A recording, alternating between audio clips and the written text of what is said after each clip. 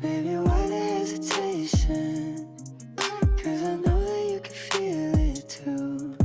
You want more and I can taste it. Let me show you what I wanna do. Tryna get trapped in your leg lock. Going down the road, make it better off.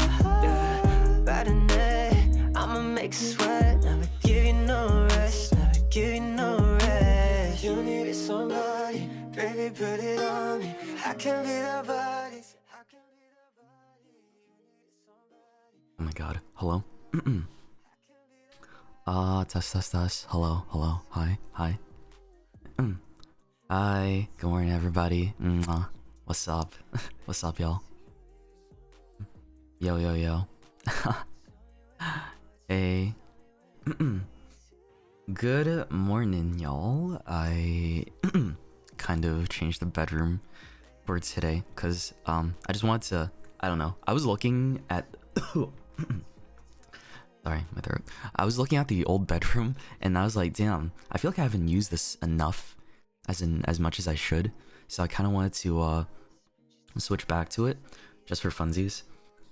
I still love it a ton. I love it so much. Like, and it's just, I don't know, it feels so cozy because it's like not as big of a space compared to our 3.0 bedroom. You know what I mean?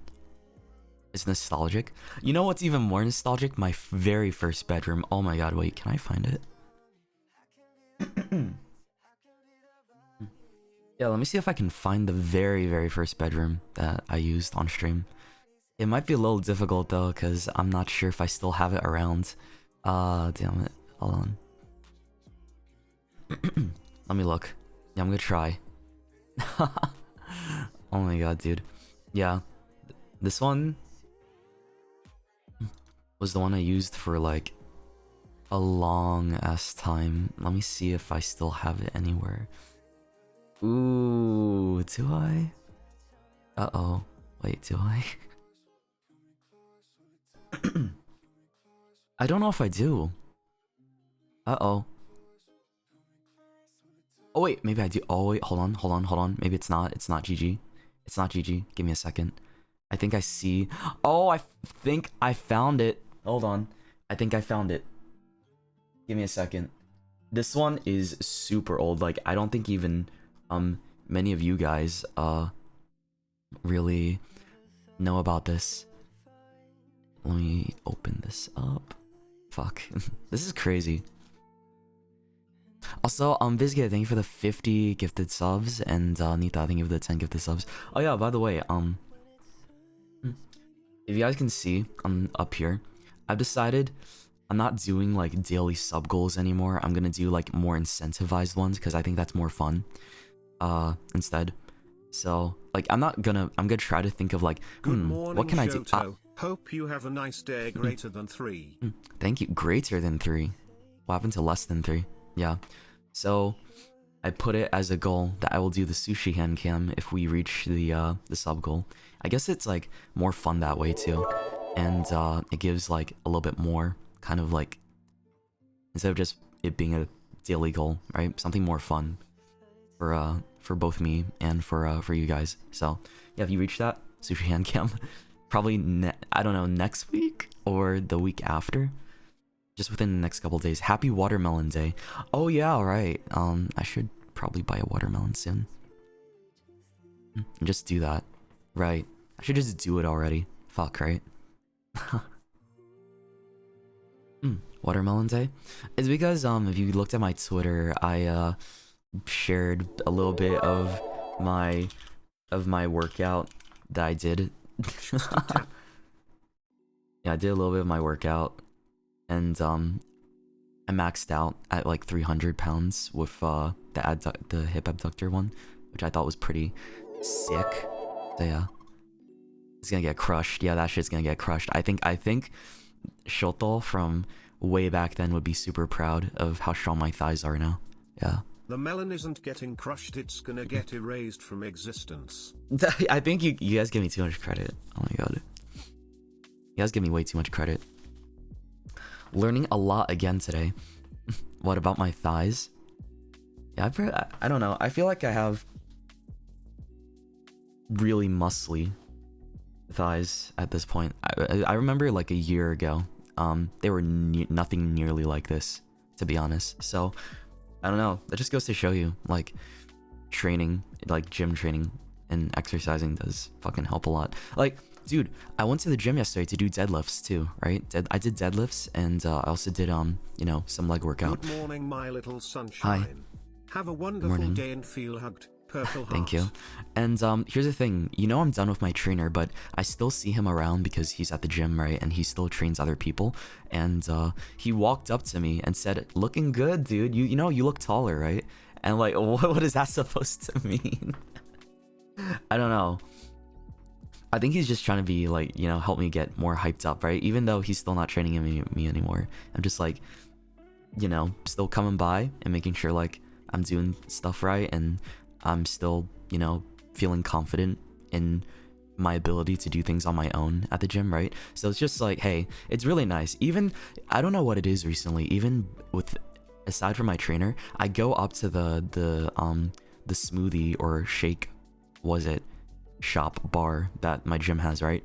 Because I don't know, a lot of LA fitnesses have like those drink areas, right, for protein shakes and stuff. And the guy there was talking with me and said like, you know, he saw me come in like almost a year ago and was like really impressed with how much more muscle I've gained. And it's just like, wait, really? You know me? And he's like, yeah, I know. Like he says he pays attention to everybody that comes into the gym. And I don't know, that just really made me think a bit. I'm like, I don't really pay attention to my surroundings much at the gym, but I guess like a lot of other people, or like a handful of people, kind of do, and like remember faces around. Because I don't know, when I'm at the gym, I don't really care about other people that much, unless like they need help with something. I'm like, sure, I'll help them out, right? Or if I want to be nice and like give them a little hand with something. But most of the time, I'm just focused on myself, right? I don't know, a little side chatter from and not even him, there's like other people that like, you know, just come by and say good luck. They just give me like a simple good luck, right? And the thumbs up, right? And it's like people I kind of recognize as regulars, but never really talk to. So it's, I guess it's kind of cool seeing how, you know, they want to just give you support. People just want to be nice and give you like, you know, that little extra boost of support to, you know, get your workouts done. It's really wholesome. I don't know. I feel like the gym has been one of the most wholesome places I've ever been, dude. In the past like couple of years. Yeah, gym people are really nice. Yeah, that's true. Sayaka, thank you for the 5 gifted. Holy shit. Rat-loving boy being the best gym rat. Oh. Way to get those gains. Thank you for the don't know halls. I have an apple today, so that's my breakfast. Nimoni, thank you for the dono. Sephiroth, thank you for the dono too. Nita, thank you for the dono. And thank you guys for all the resubs. Thank you. Mwah, I love you all. The apple sounds really crunchy. It's pretty crunchy, yeah. And juicy. Okay. Hello, this is my first time watching a Shoto stream, but I'm sleeping. Hope you sleep well then, bro. Rest well. You know, it's kind of funny. Like, I realize like a handful of viewers in the stream generally just come by to put me on, right? Watch me for like maybe an hour and then like use me as background noise to either fall asleep to or just to focus on other work. And I'm like, that's, you know, kind of expect like what I'm familiar with over like the past half year. Since right now it's like nighttime for a lot of people, right? Yeah, it's definitely evening or nighttime for a good chunk of people that are living like in Asia right now, right? Or I don't know, people that came home from work in Europe, right? And just like, or people driving home from Europe. I know I have a lot of EU and Asian viewers right now. My America gang is suffering. I'm so sorry, bro. I'm so sorry to my NA gang. I don't know, when I have a sponsorship coming up in a couple weeks where I'm gonna be streaming like during the nighttime a couple times, so look forward to that, I guess, yeah. Also, I'm really sorry my throat isn't like the best today. I don't know why. Also, in other news, I'm gonna be uploading the waiting room for the new cover tomorrow as well. It's 2 p.m. in the UK. Oh yeah, isn't it? I thought it was like 3. Oops. Yeah, I expect the waiting room for the new cover to come out tomorrow, and the song to come out on Saturday. Yeah, Saturday. Fuck yeah. Also, Agila, thank you for the 5 gifted subs, dude. Thank you so much. But let me drink some more water. Oh.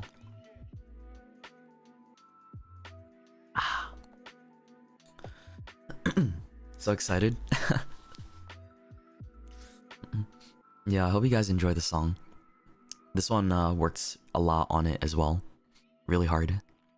I always try to work really hard on all my song covers, but this one was a lot more work because of like all the harmonies and all of the ad-libs, I'd say. So lots of harmonies and ad-libs in this one. Okay. So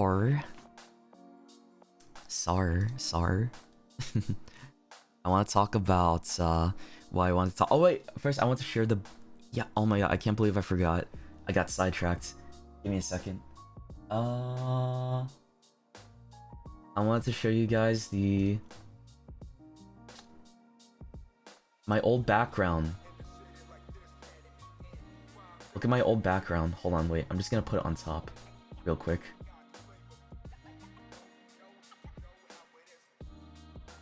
This was it was just literally this. It's just like a starry background. What's it called? With like, was it an HP bar? You remember? No shot. No shot you remember this. This is like way before. This is when I was a PNG, dude. Like literal PNG tuber, Shoto.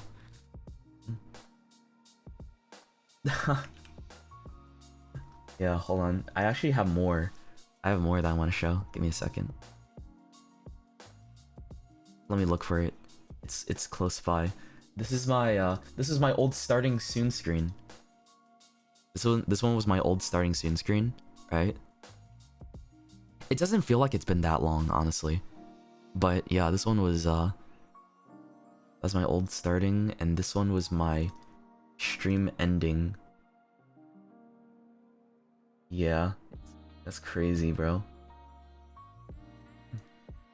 I always like, I was when I first started VTubing, I like leaned into that video game theme, if that makes sense. Like a video game character with was it stats and like magic and fantasy vibes and stuff, right? And that's like a very general blanket theme that I went for, like something RPG or like JRPG like, with HP bars and like a menu screen, and just to be kind of cute, right? But then I got into D&D, right, and realized like I could flesh this out even more. And I like rogues a lot, and I decided to make my character a rogue, right? And then I'm like, what do I want to really make my character known for? And like, you know, give him substance, right? And then that's when I started moving more into like, it's less about the theme of, you know, video games and fantasy, and more about Shoto and, you know, what his world is like. So I thought that was like one big thing I realized when changing from a PNG to VTuber. Is like learning about what I wanted to do for myself in terms of my character, and just, you know, being a little bit more unique, or like finding my style. Yeah, it's weird, if that makes sense. Just like figure out a good style. Saffrost, thank you for another 10 gift subs. Thank you. Thank you. Hold on, what does this say? Mari, thank you for the sub too. And Yellow Jam, thank you for the sub. And Lady Cyber, thank you for the sub.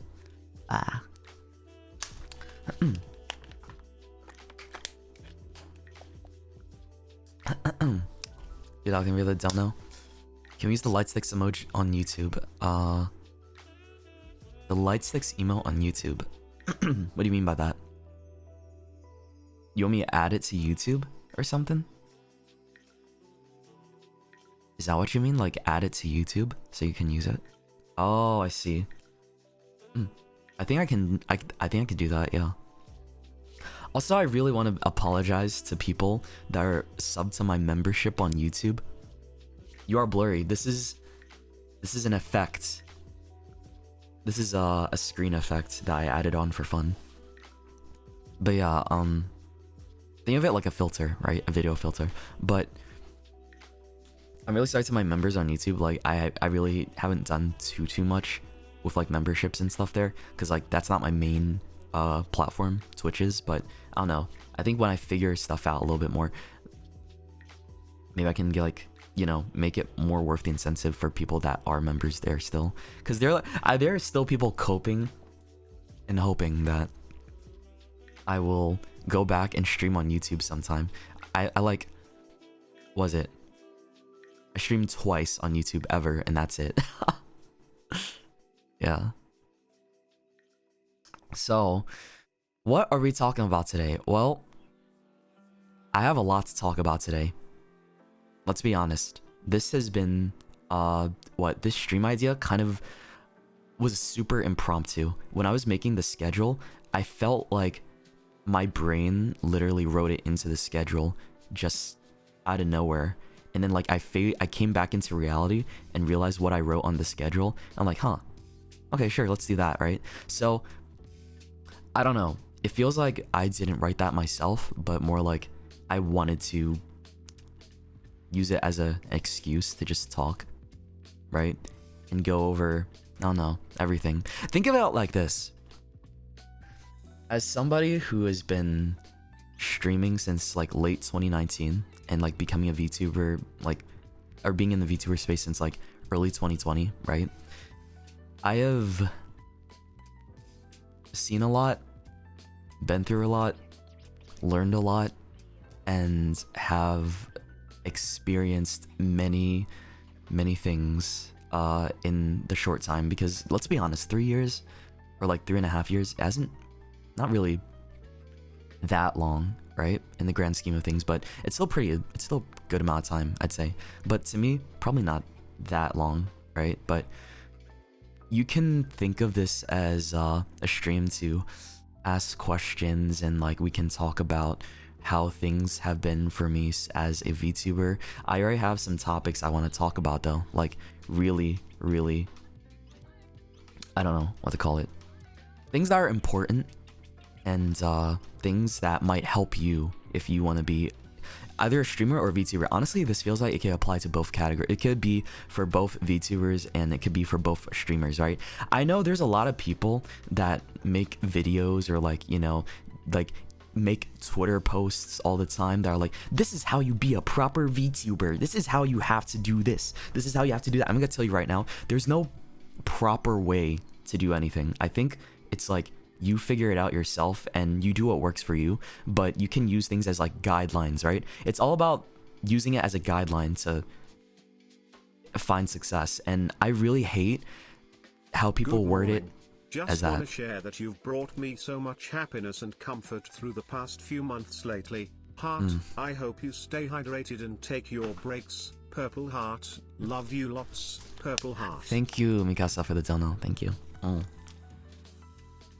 Thank you so much. And Miso, thank you for the dono too. And Udok, thank you for the dono. But yeah, like I was saying before, a lot of people make these posts and like word it or like, you know, push the narrative like you have to do this or you have to do that, right?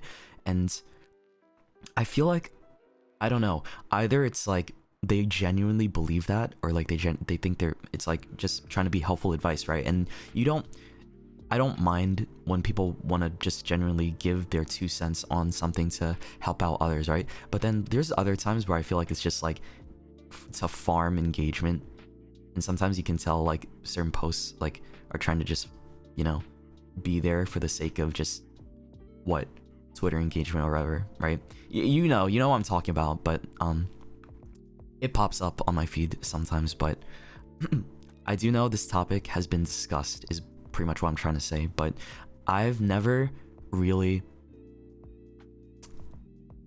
had a stream or had a moments where I've talked about something like this, right? I've never had a just chatting where I go over literally everything about being a VTuber or being a streamer, right? And I think this is gonna be more focused on VTubing as a whole. So I just want to say, most of this is my own opinion, right? Think about, this is the context, right? For people that are watching, a lot of this is my own opinion and just my opinion on how I view things, and don't take it as like, you know, complete law in the space of the VTuber community or the space of being a streamer. It is just simply my own thoughts and how I feel about, you know, the dynamics of being in this community and being in this space, right? No, it's a law, someone said. No, for real though, for real. Just take it with a grain of salt, and also remember, it is not law, okay? Yeah, please. Z-san and Pretty Filter, or PKY R Filter, thank you for the subs, guys. Super guy, thank you for the bits too. Somebody asked, when you start off as a VTuber, should you have things ready like lore video, intro, toggles? Fuck no. No. Absolutely not. Bro, you don't need all that fancy shit, right? I just wanted to do that. You can just, you know, stream completely without a starting soon screen. Like, it helps, yeah, but you know how people say they're more so there for the personality, right? It helps, like, all that extra stuff, like a starting soon screen, a BRB screen, a ending soon screen, a background, and like an overlay for like multiple different aspects of your stream. It's like, you don't really need that, dude. You honestly don't need that stuff, yeah? But it helps, like, maybe later you could invest in it if you really want to, but like, just starting off, you don't need any of that, yeah? I think this kind of goes or like ties into that whole one advice that people say. You know how people say just start streaming as like an advice and don't provide any more context than that? It's a lot more than just saying just start streaming, right? And I don't know, like, think about how many streamers there are and VTubers there are right now, like with YouTube and Twitch discoverability. It's not easy to just, I don't know, say just start streaming and doing content, because I get it, since there's more to it, and in the sense that it's good to figure out if you actually even like it in the first place, if that makes sense, right? But I think it really boils down to work ethic, finding a niche, doing more than just streaming, like making videos, seeing if you like making videos, networking, right?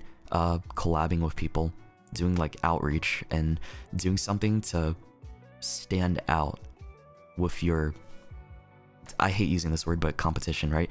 Like, I really don't like using that word, but I know it's accurate since it is a competitive space. I just don't personally see it as competitive all the time, right? Compared to so many other people I've talked to, right? They always refer to it as a very competitive space and like it's a competition. I'm just like, in my brain, I don't know why, but I hate that word. And I don't like to think of it like that, because I don't know, I feel like everyone's here to help each other in a way, right? But I understand what they mean when they say competitive space, but I don't know, it bothers me a little bit, since that's not how I perceive the streaming space all the time, or the VTuber space. Because I don't know, I have a lot of friends here and I have a lot of people who I genuinely just love to hang out with, and it never feels like a competition, if that makes sense to me. It always feels like we're all here to, you know, have fun with each other and just help each other out whenever we can. And I don't know, to compare yourself to another person, I dislike it, but if this makes sense, I think it's good to compare yourself to an extent, so you know like what to do in a sense, but not to the point where you know, make yourself sad or really bum yourself out, if that makes any lick of sense to anybody. But I say it's not good to compare yourself to the point of like, you know, being upset about your efforts, but it's healthy to like compare yourself enough so that you know how to replicate success, I guess, if that makes sense. I don't know. I hope that gets my message through. You know what I mean, right? Like, you are you, but it's okay to learn from others, right? Yeah.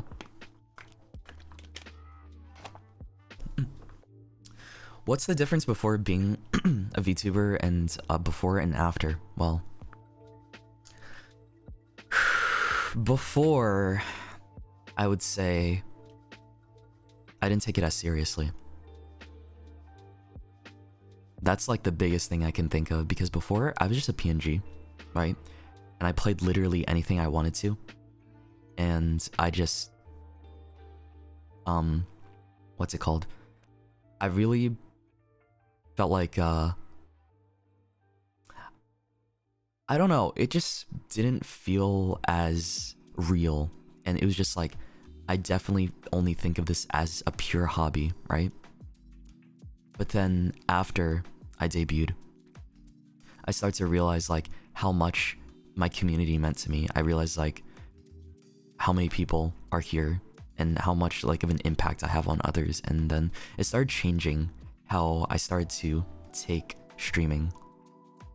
It started to change like my whole perception on wanting to be more, I don't know, put more care into it, right? Or like make it less of a hobby. And that's why I quit my job. That's why I quit my job and got into full-time streaming at what, March 2022. Yeah, you guys remember that? It's already been over a year. It's like been a year and 5 months since I quit my job and have been doing this, and I don't regret anything. And that's the thing with like getting into streaming. It's like there's no guarantee of being in the situation that me or a handful of other people are, because how I thought of it before I got into VTubing is like, I'm gonna have my job and I'm gonna have streaming, and I'm gonna try to balance both of them, right? And the thing is, I think I started realizing I found more joy and fulfillment from doing VTubing and doing streaming versus what my job was before. What was my job before? Well, without going into too much detail, I was pretty much, like I said, I talked about it, but I got hired to investigate certain cancer strains, and it was a lot of cell stuff. It was a lot of like testing different drugs effects on like certain cancer cells, and I think it was mostly like breast cancer too. I think it was like that, and also mostly triple negative breast cancer. I think that's what it was, yeah. But that was like my main job for a bit, and I decided it was like meds. Yeah, I know. I don't talk about it a lot because I don't really want to go too much into it. It's boring for you. I don't know. I could talk about it if I wanted to. I learned a lot from that, but at the same time, I feel like I was only doing it because I didn't know what else I wanted to do. It's kind of like, dude, there's a lot of you guys that are probably in like classes in school and college and shit like that, right? And a lot of you that are just doing stuff right now that you don't, necessarily want to do, but just do it because you don't know what else you can do, right? So just think about this.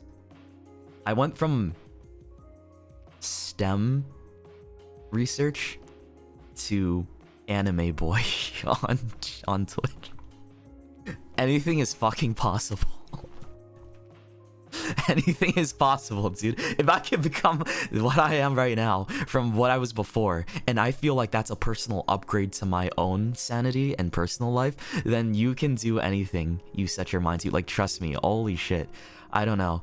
It just baffles me that that's my, evolution in the past few years, was going from cancer research to woof woof woof. You know what I mean? Like, it's dumb to think about, but yeah, it's really like, holy shit, that happened, that fucking happened. And I think it's just another good example that I want people to understand. Life is gonna never be as consistent as you think it is, right? You're gonna get hit with a lot of curveballs, and you're not gonna be able to just go in one direction, right? So things will happen, and you just kind of either have to go with it or like fight against it. I don't know, like that's up to you, right? You do what you want with your life and do what's best for you is pretty much all I'm trying to say without being too fluffy with my words, right? So yeah, it was a hard job, I'll say that, but I don't regret it, you know, because again, you learn. I don't like to be in a mindset where I say I regret this or I regret that, because I don't truly regret much, since you learn stuff from what you do, right? My whole philosophy is that every experience I can learn something from it, and to say like I regretted it kind of makes me feel, how do I put it? It makes me feel like it was a waste, right? To put that effort into it, and I feel like it's never really a waste if you learn something from it, yeah? So that's how I personally feel about what most of the things I've gone through, or most of the things I've done through what? Dude, I talk like I'm a fucking like old man, but honestly, dude, whenever I have these kinds of talks with you guys, I feel like I'm trying to be wiser than I actually am, and I'm just like, no, this is literally just because I've just experienced a lot, and I don't know, I keep trying to undermine myself, right? And I feel like a straight up grandpa when I'm like this fucking zoomer shit still. So I don't know. It'll pass. I don't know. Maybe I'll cope with the fact one day. Like, it's not bad to feel like you have advice to offer, right? I don't know. I'm struggling with that whole back in my day attitude. But honestly, what I'm saying right now holds I hope holds weight, and like you guys can take some stuff away from, because man, I think it's like, you know, all it is at the end of the day is advice, right? I will never tell people how to live their life, but you just take the advice as how you want it to help guide you in a direction that you want to go, right? Because I can't tell people how to do something. It's just like, hey, you gotta figure that out and, you know, learn for yourself. That's why I really hate it when my parents like try to make me do this or that, or like, because you know how mom and dad are, right? Mom and dad, they just want the best for you, and they just really tell you to do this and only do this or that, right? And don't do this or that, because they're worried and they don't want you to get in trouble or get hurt, right? But you never really learn until you make a mistake or like experience it for yourself without, you know, because if you're gonna be walking on eggshells your entire life, then I feel like you're never really gonna truly learn, right? Unless you experience mistakes. I think making mistakes is where you learn the most from yourself, and you know, you really, well, I would hope people learn from their mistakes, but I don't know. You can't really guarantee everyone's gonna fucking learn from their mistakes, right? Because some people are just really dense and don't get it, but you know, that's a different issue. But yeah, back to what I was talking about. Starting streaming, right? Again, I think it's easier to be a streamer than a VTuber, straight up. Like, if you want to be a VTuber and you want to stream as a VTuber, I'd say just be a streamer first, if that makes sense. That's what I did. So again, personal experience, and I didn't want to get a model. I know when I was in the VTuber space, right? Everybody was like, get a model, Shoto, just get a model already. Come on, just do it, bro. And join us. And I'm like, I don't know if I really want to yet, right? Shoto, what happened to your glasses? It's a toggle, yeah. But people either hop right into it or people take their time, and I was one of those people that wanted to take my time with thinking if I want to get a model or not, because it's expensive, dude. You know that? Like, it costs money. Remember, it costs money, guys. And it's like, what?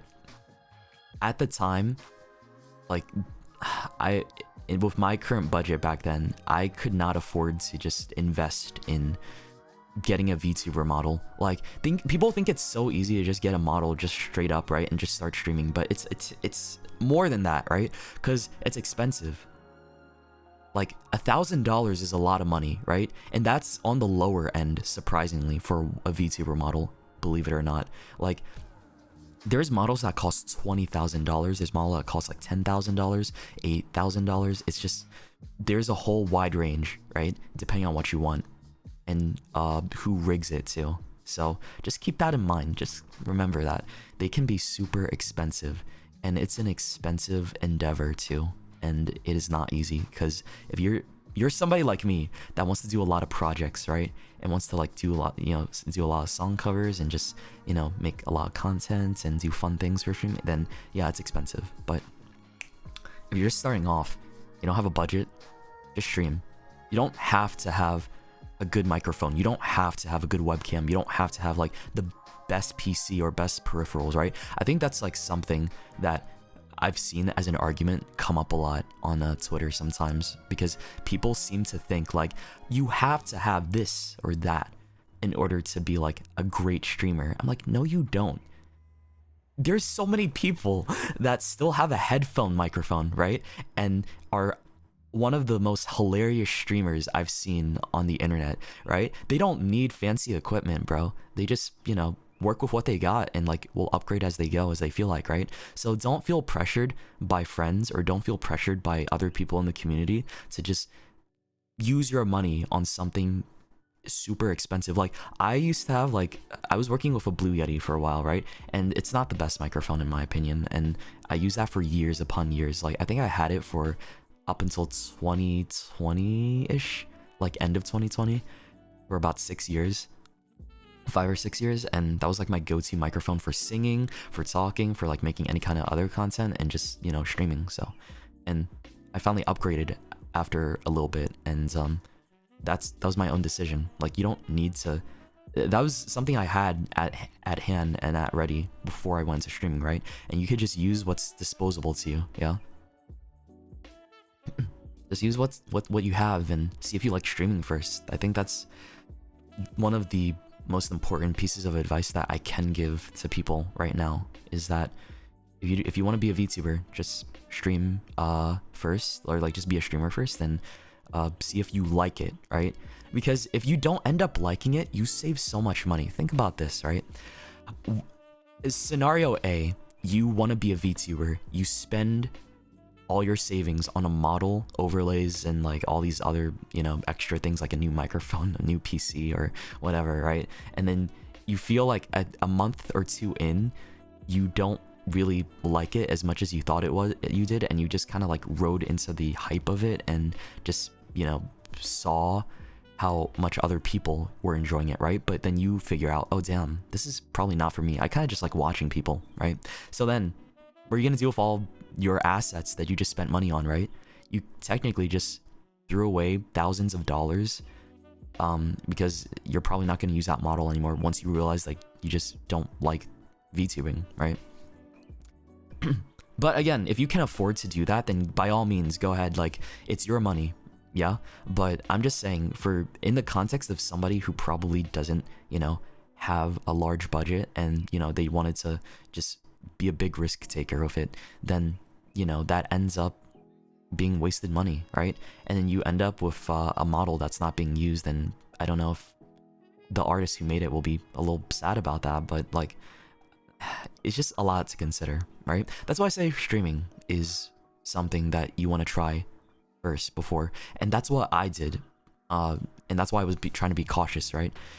Honestly, if I went into it and just got a straight up model right then and there, like even like a temporary model that wasn't even as like a live 2D one, like maybe something from VTUBER or whatever, I probably would have been fine. Like, I probably would have like realized, oh damn, I love this a lot, right?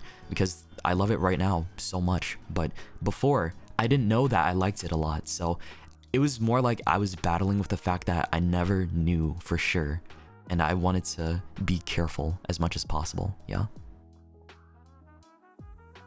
Is there any ways to see your first streams? No, there's not. They are gone with time.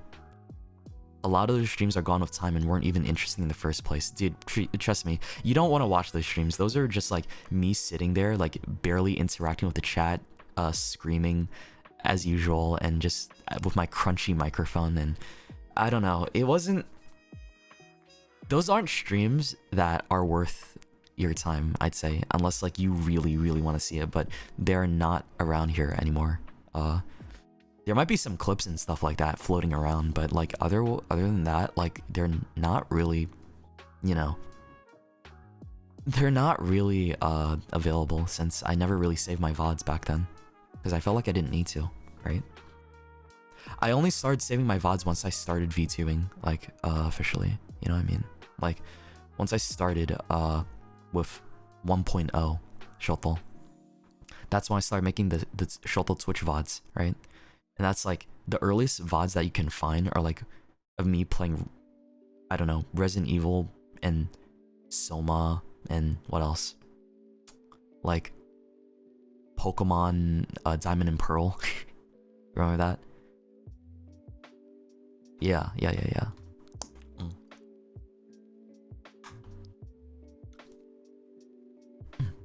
You want to see it? I'm sorry, like I really wish there were some of those I kept though, just for like my own memories, but I always got rid of it. Did you go straight to VTubing or were you a streamer? I was a streamer. I was a PNG. That's how I was. And here's the thing, even as a PNG, I think I averaged like, what, 100 viewers or 200 viewers, around that range, right? And that's a lot of people. Like, you don't realize it, but that's a lot of viewers still. I think anything above 100 is a lot, in my personal opinion, for people that are streamers, right? Like people that start off, right? I remember starting off and I only had like 3 or 5 people watching, right? And then what, eventually evolving to what, 100, 200 people watching, and still only being like just a PNG as I was. It kind of helped me feel like, wow, I don't need, you know, to have a model to be a streamer, right? That's what it proved to me. And maybe you want to be a face cam streamer after all that, right? So it's like you learn more about streaming and you learn more about what you want to do when you start streaming, rather than just like go straight into VTubing, you know what I mean? If you have 5 consistent viewers, you're on the top 5% of Twitch. That's crazy to me, right? Oh my god, because there's just millions of Twitch streamers, and like I said, there's millions of streamers out there. So that's why I think it's important to like recognize it's not easy to just say just stream, right? Because it's more than that. It is more than just streaming. It is just, you know, you have to think about like video creation, social media, collabs, outreach, like networking, and like, you know, finding out what you want to be, like your niche, your style, right? So I don't know, I have a personal like how do I put it, a gripe with people that just say just start streaming, right? Because it's never just that easy, right? It's more than that, yeah. And I'm not gonna lie, I was one of those people that used to say it back then, right? Because I didn't understand how much was involved with it. But now I know, right? Now I know, because I used to be a victim, like a victim of that type of mentality too. But now I feel like I learned, and there's more to it than that, and that's why like my perspective changed. Just remember, guys, you know, people can change their stances and opinions on a lot of things, and I think that's, you know, an indicator of growth, right? It shows like you grow and like you learn. And again, something that people forget is like people can grow and change their opinions and be better. I'll talk about that later. Oh, bro, I'll talk about that later. Ooh, you wait. I have a lot to say when it comes to that.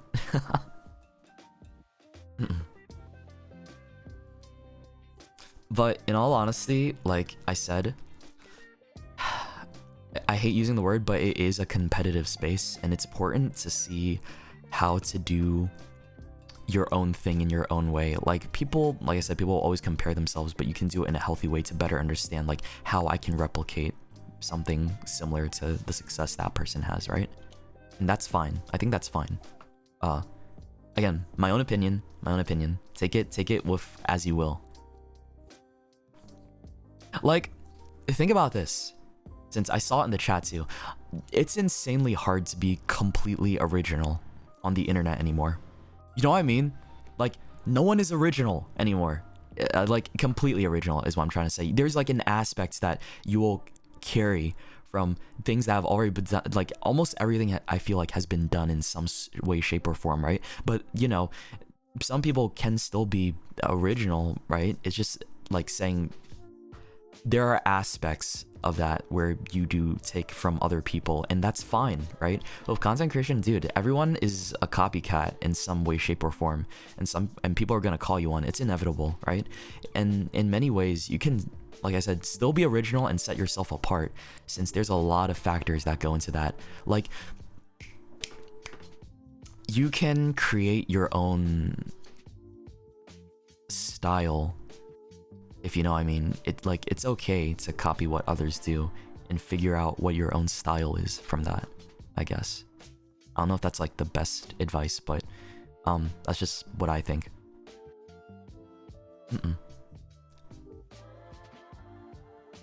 Yeah, it's mostly about innovation. Yeah, I think it's like you build off of copying. It's like you learn off of other people. I guess that's a better way to put it. You learn off of other people and build on it. Times since a while ago, but I'm getting an error.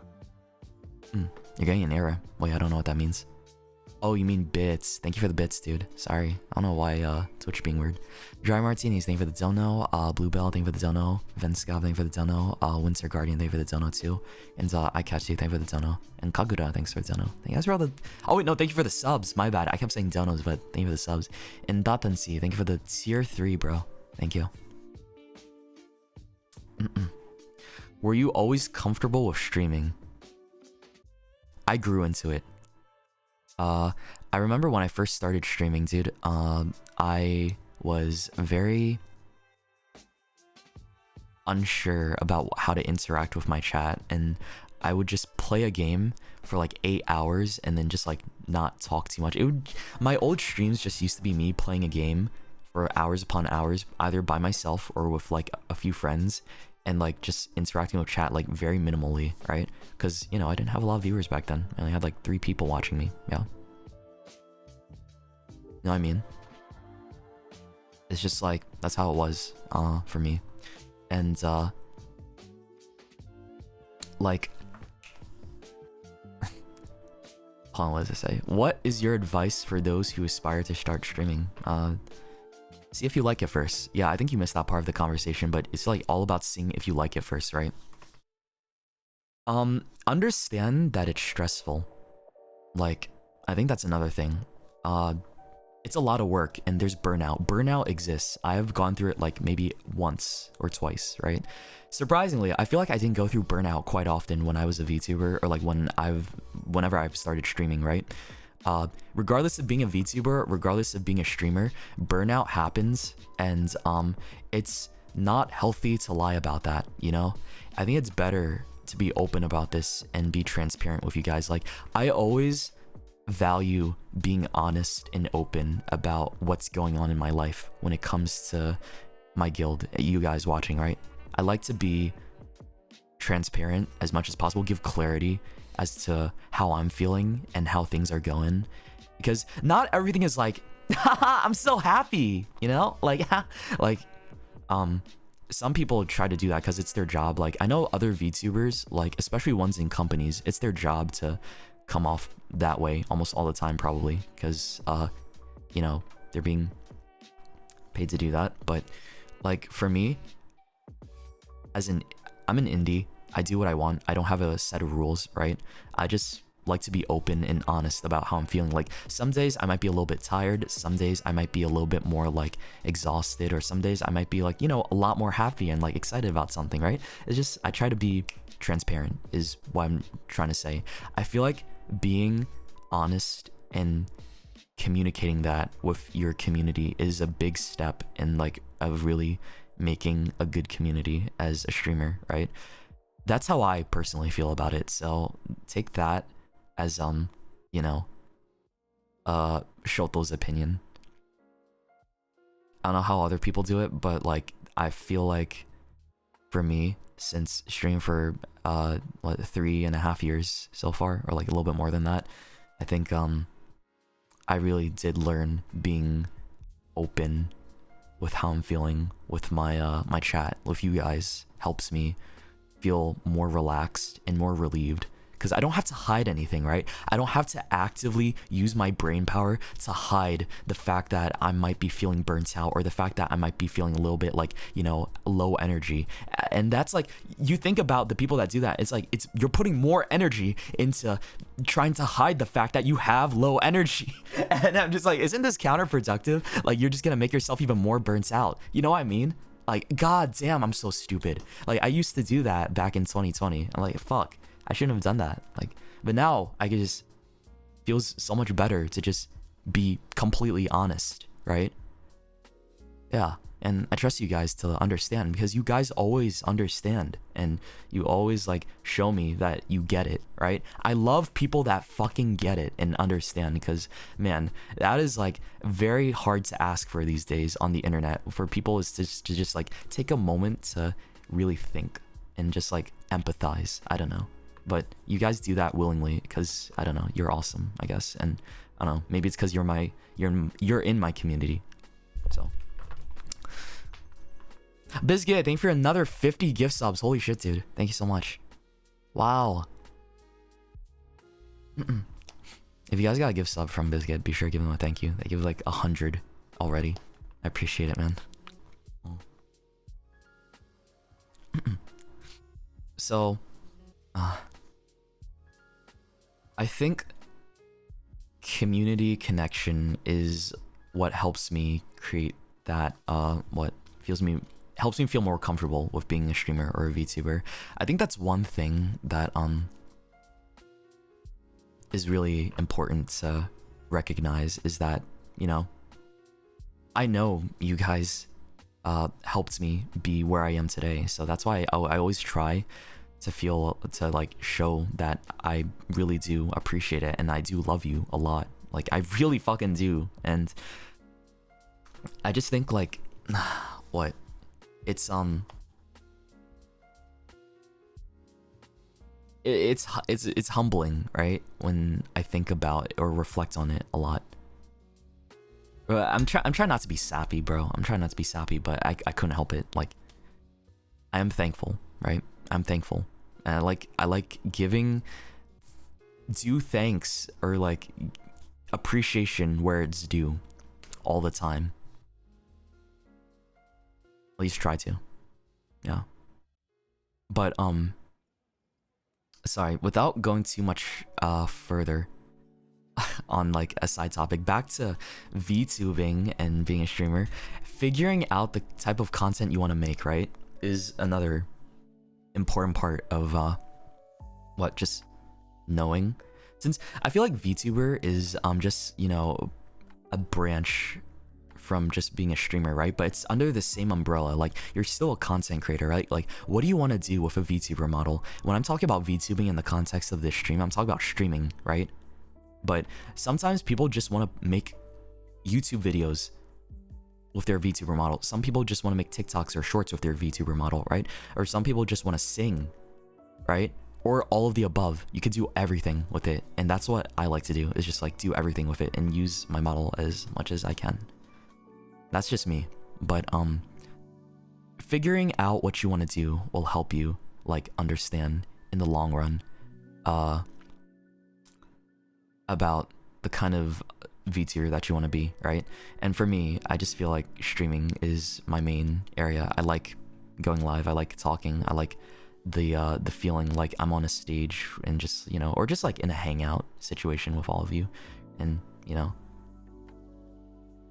it's interesting, because there's a lot of VTubers that only just do singing there, or just only do video content on YouTube, right? Or on other sites. Like, it really is just what you make it to be, and you can use that model to the fullest extent that you want within your own comforts. Yeah, so keep that in mind. You don't have to feel obligated to stream with it. You don't have to feel obligated to do X, Y, or Z. when you get a VTuber model, because you just do whatever the fuck you want, dude. It's just like content creation. The VTubing is just like another form of medium in the space of being a streamer, I'd say, or in being in a content creation space, right? There's people that just stream drawing their art with their VTuber model because they want like a physical representation of themselves on the camera while they do their art, right? So I've seen that before. It's just, hey man, let's just do what you think you want to do or what you feel is comfortable with your model, right? Hand cam streams?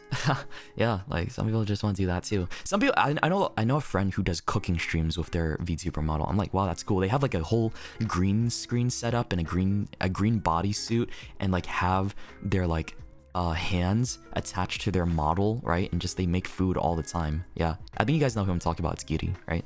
But yeah, it's really cool to just see like stuff like that. I'd say it's awesome. I think that was like one of the most innovative things I saw when I first met them at the time. Yeah.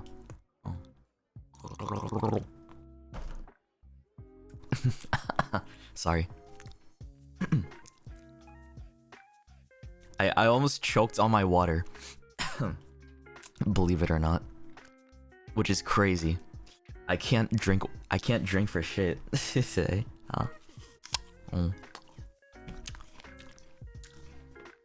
My bad. I mean,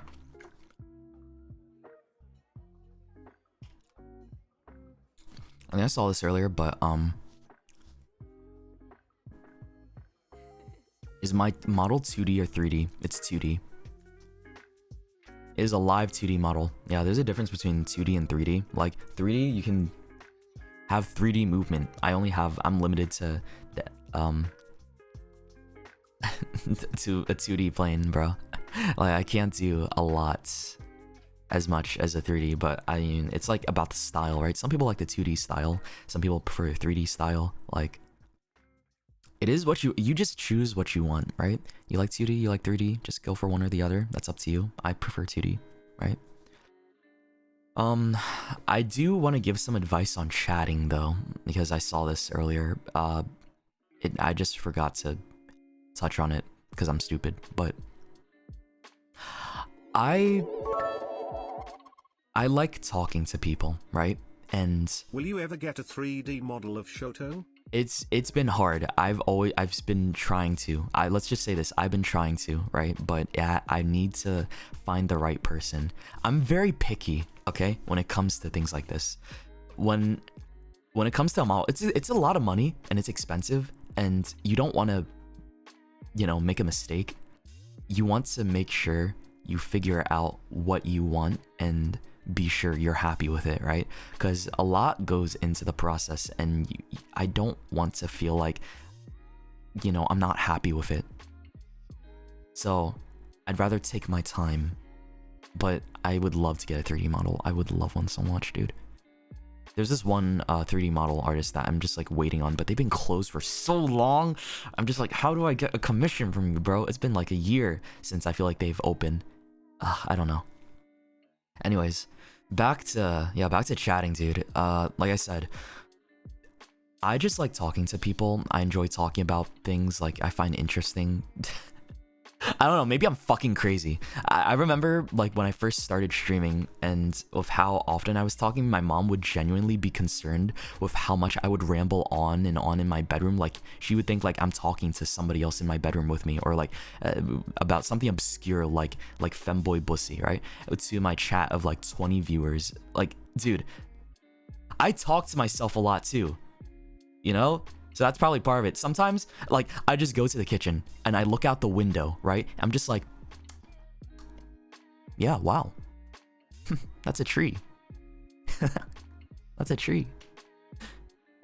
Well, the thick bark. Maybe a deer will pee on it later. I don't know. Wow. Right? Like, I don't know. Maybe I sound insane when I say that, but for real, like, I do talk to myself sometimes, right? And I don't know. I think it's just like how I am. I like talking to myself. I talk a lot, but yeah, it's like I feel like it's something that you kind of practice too. If you're somebody that's you're not used to talking on stream or like doing just chatting, like, you know, Iron Mouse, right? She's an amazing just chatting streamer. She can talk forever, bro. There's a lot of other amazing just chatting streamers that just like continue to talk and talk and talk, and I feel like those guys are just like endless content, right? Know what I mean? But I think for people that wants to get better at that, it's partly just practicing, right? It's just practicing it. Unless like already before you've already loved talking to people or just talking in general, or then it might come easier. But yeah, I'd say it's easier said than done for a lot of others out there. What does this person say? Hold on. This live is making me feel less pressured about being a beginner VTuber. I always charge myself a lot with things that I should only worry about in the future. I think I used to be under that mindset too. My mom has like crafted me to be like, before, I'd say like a while back, my mom crafted me to be somebody that worries a lot about the future, right?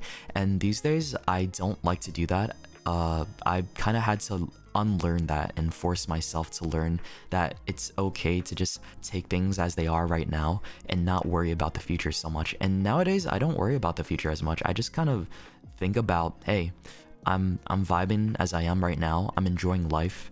I take one day at a time, and the most I plan is like in the future is like work stuff, right? I don't like to worry about, oh, I gotta do this and this and that and this and that like 4 years from now. Like, I don't know what the hell I'm doing a year from now. I don't know exactly what I'm gonna be doing like 2-3 years from now, right? I hate those questions sometimes. It's just like, I generally don't know, man. I think it's good to plan, but like not good to overly plan, because you'll disappoint yourself in the long run when you realize like things don't go according to plan, right? And I don't want to disappoint myself, so I just take each day at a time and enjoy each day as much as I can and try to learn from it, right?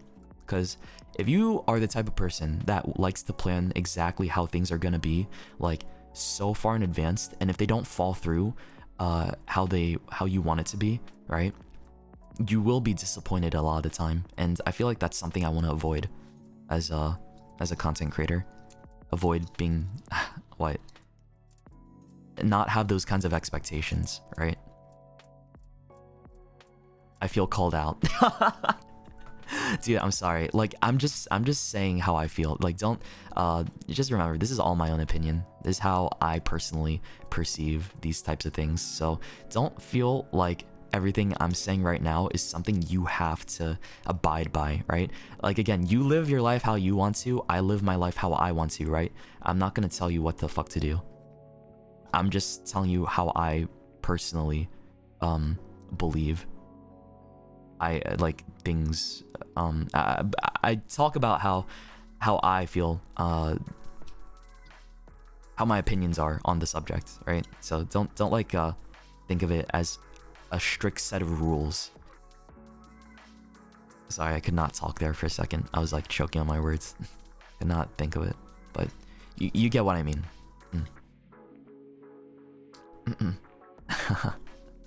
So yeah, that's my mentality on it. I'm a very live for what's going on right now. I don't like to think about the past a lot. I don't like to worry about the future a lot. I like to reminisce on the past, right? But I'm not somebody that just, I like to keep going forward, right?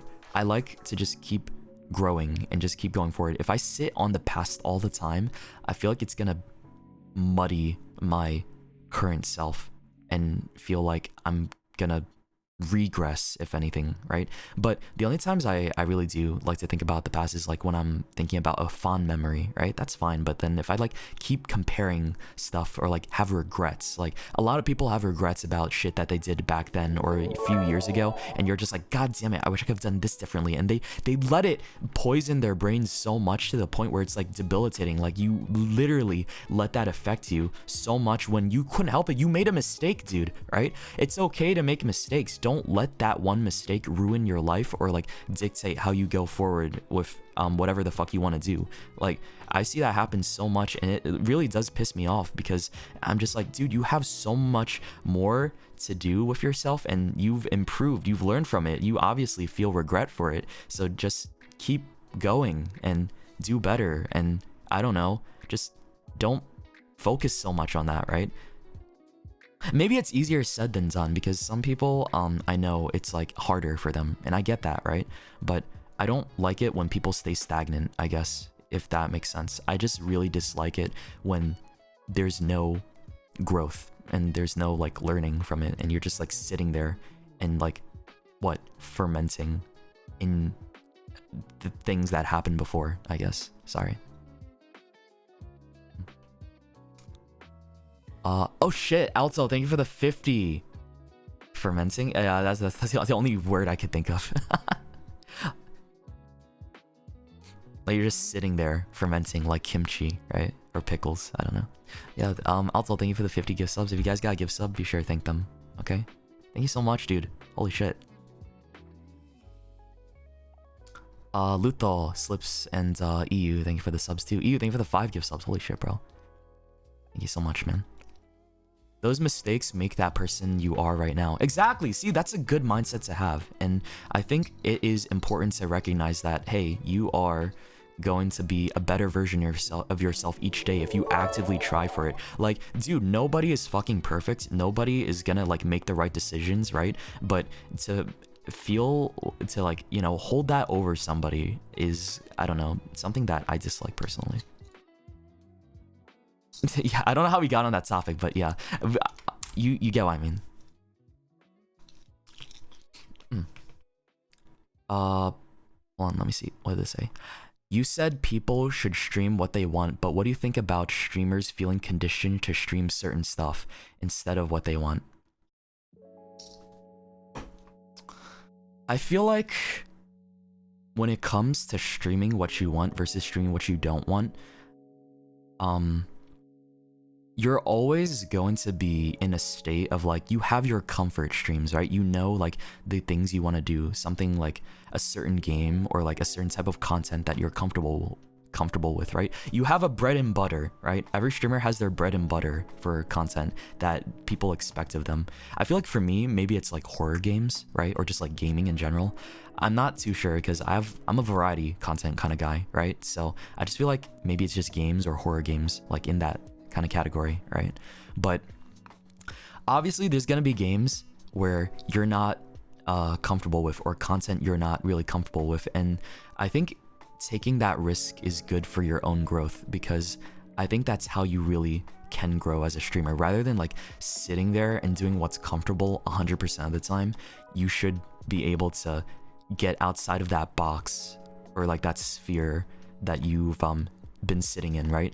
And once you do like other kinds of content, you really start to grow as a streamer and grow as a content creator. Like, dude, remember before my first hand cam stream, I would never have thought like doing hand cam content would have been something I was gonna do.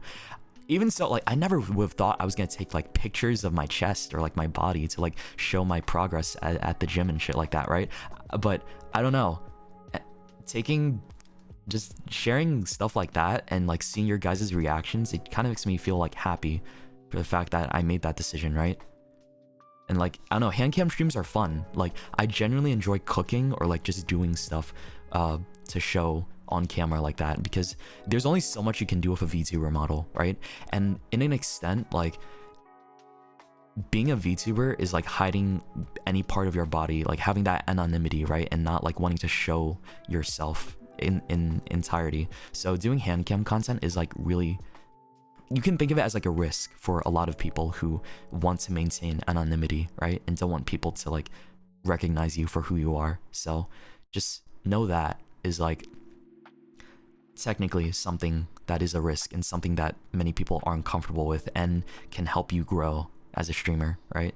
Because then you're going into like a new category of content that people can enjoy with you, right? Oh my god, wait, what the fuck happened?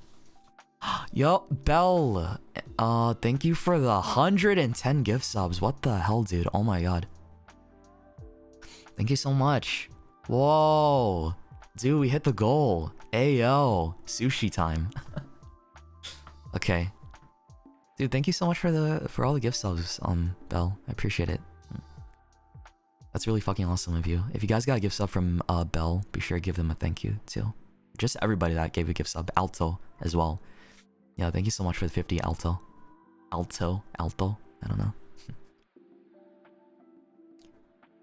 You guys are awesome. Thank you. And EU, thank you for the 5 as well. Yeah. I appreciate it, Tom. Thank you. But yeah, that's my thoughts on streaming content that you're comfortable with and content that you're not comfortable with, right? Because what? People can just... It's different for like pro gamers and stuff like that, right? You know, one person that like streams only Valorant or only League of Legends and only what?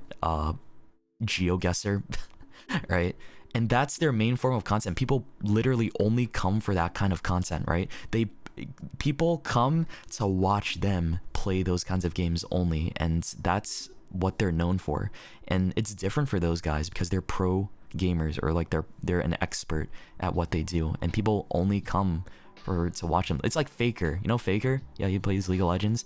Like I think people mostly come to watch him play League, or like people only come to watch what's his name? Fucking who's that Scion player's name? Baus, to play Scion or like League, or what else? Tens, or fucking Kaide play Valorant, right?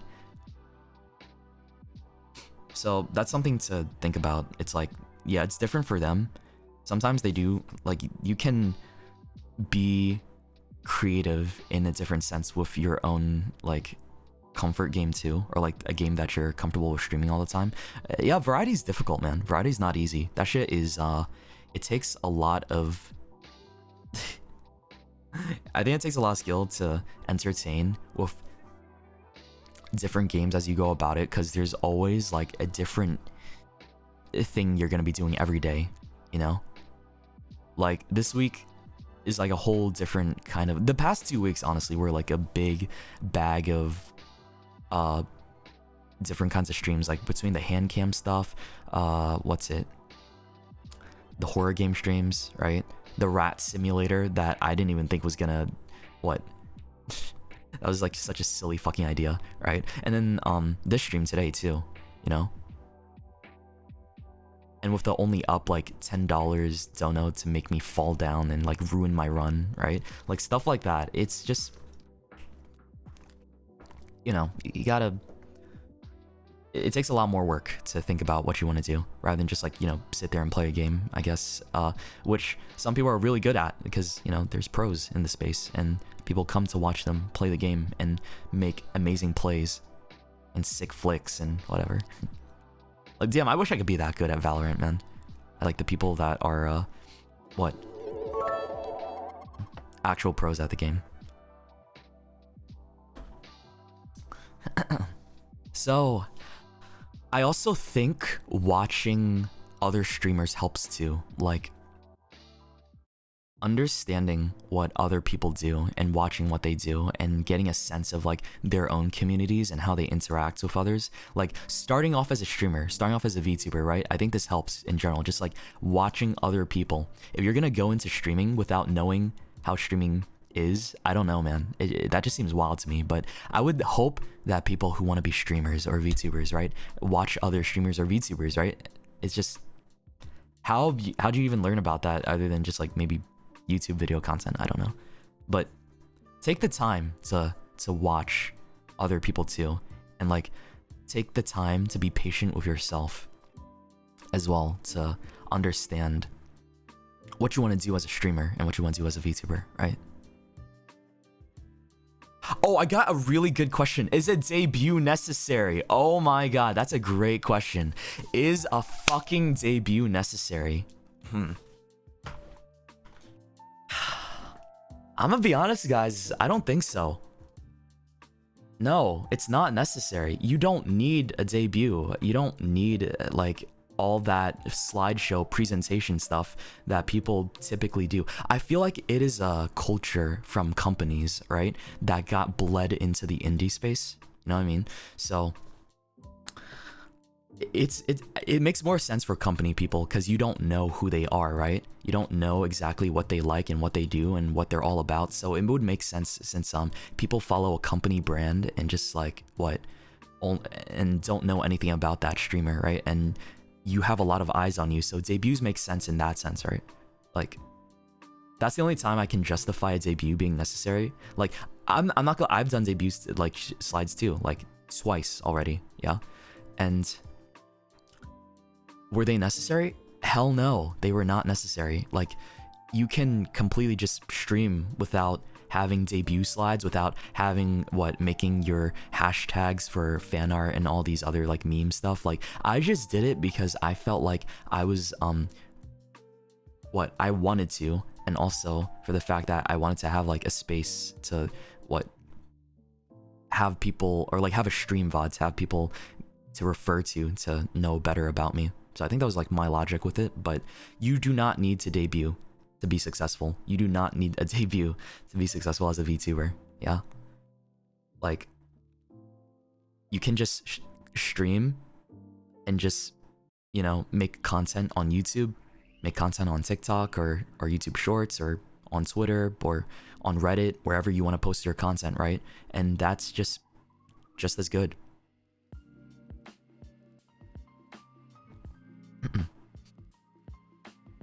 Yeah, it's a thing companies have pushed.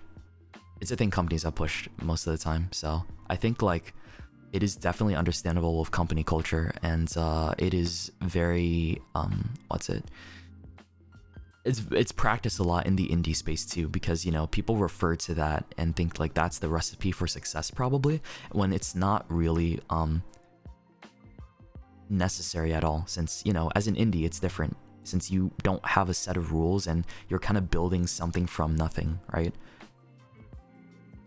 So starting off as a streamer, you don't really need a debut. Like, you could just start streaming and like show people what you like over time, right? It's kind of more like an adventure. Like you really go and learn more and more about the person each day, or like as time goes along, if you really like that person that you found, yeah.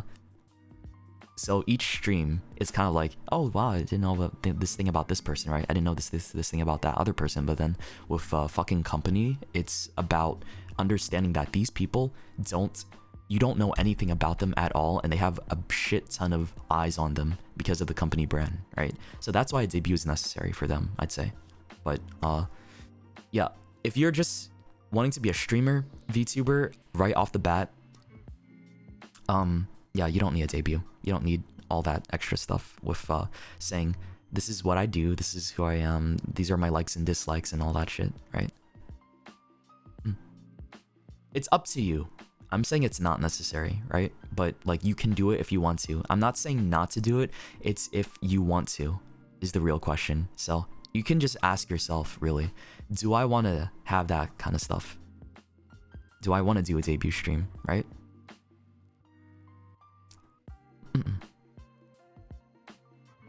How do you declare income tax as a VTuber? I mean, just like any other streamer. What a wild question. I don't know, dude. Income tax is income tax, right? You have to declare any form of income, right? Regardless if you're a VTuber or not, if you're a streamer, if you're like a individual, you just gotta declare your taxes. I hate taxes, dude. I think everybody fucking hates taxes. They take so much. God.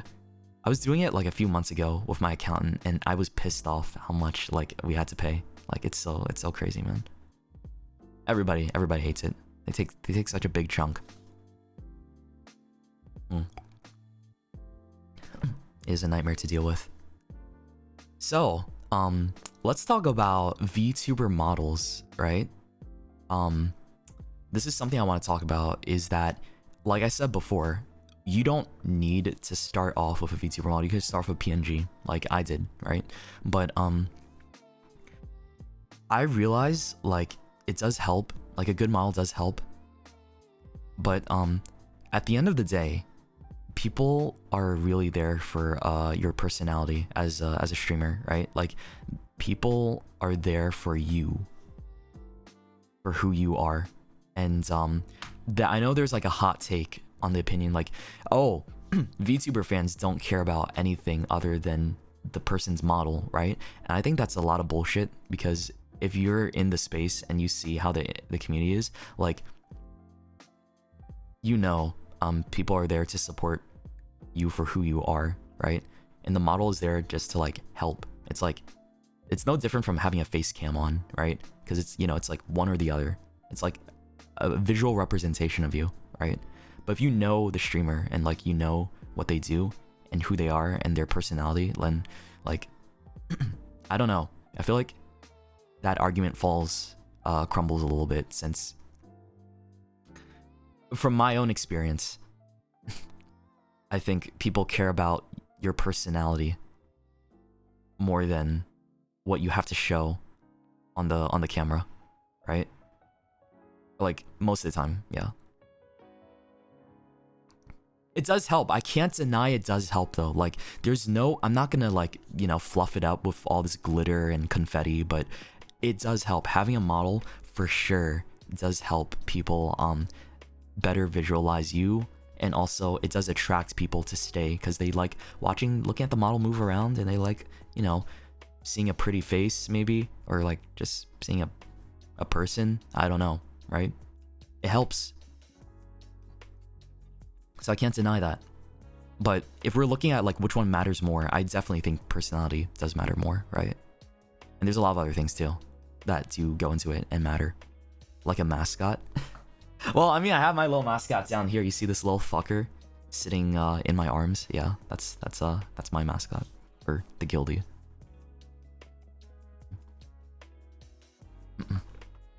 But I know this is like a very common topic too, is talking about models, right? Your model tracking and shit. Oh my god. I feel like it helps, right? Having a good model tracking helps. And having a good rig helps is what I'm trying to say, right? But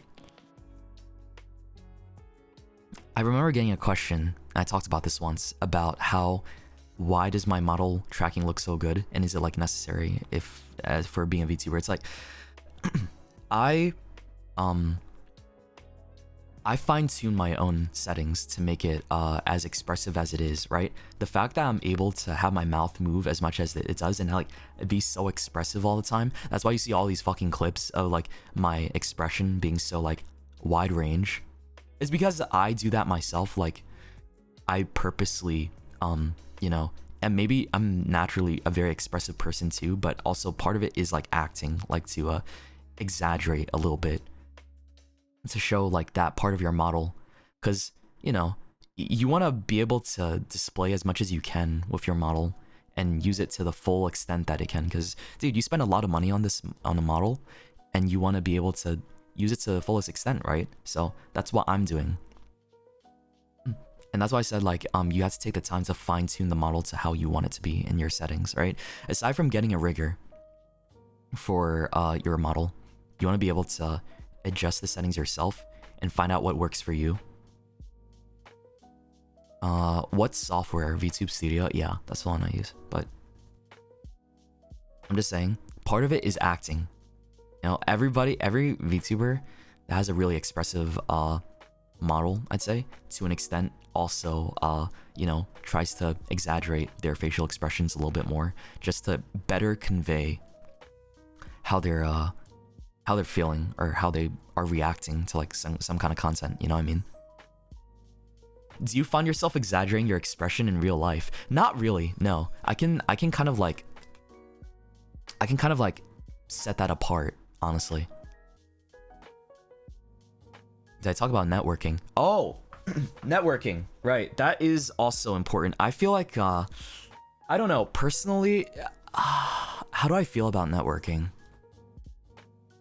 I think Here's the thing, guys. I'm in my own space, right? I know who I'm comfortable with, and I like the people that I've surrounded myself with. And I don't know, you don't really...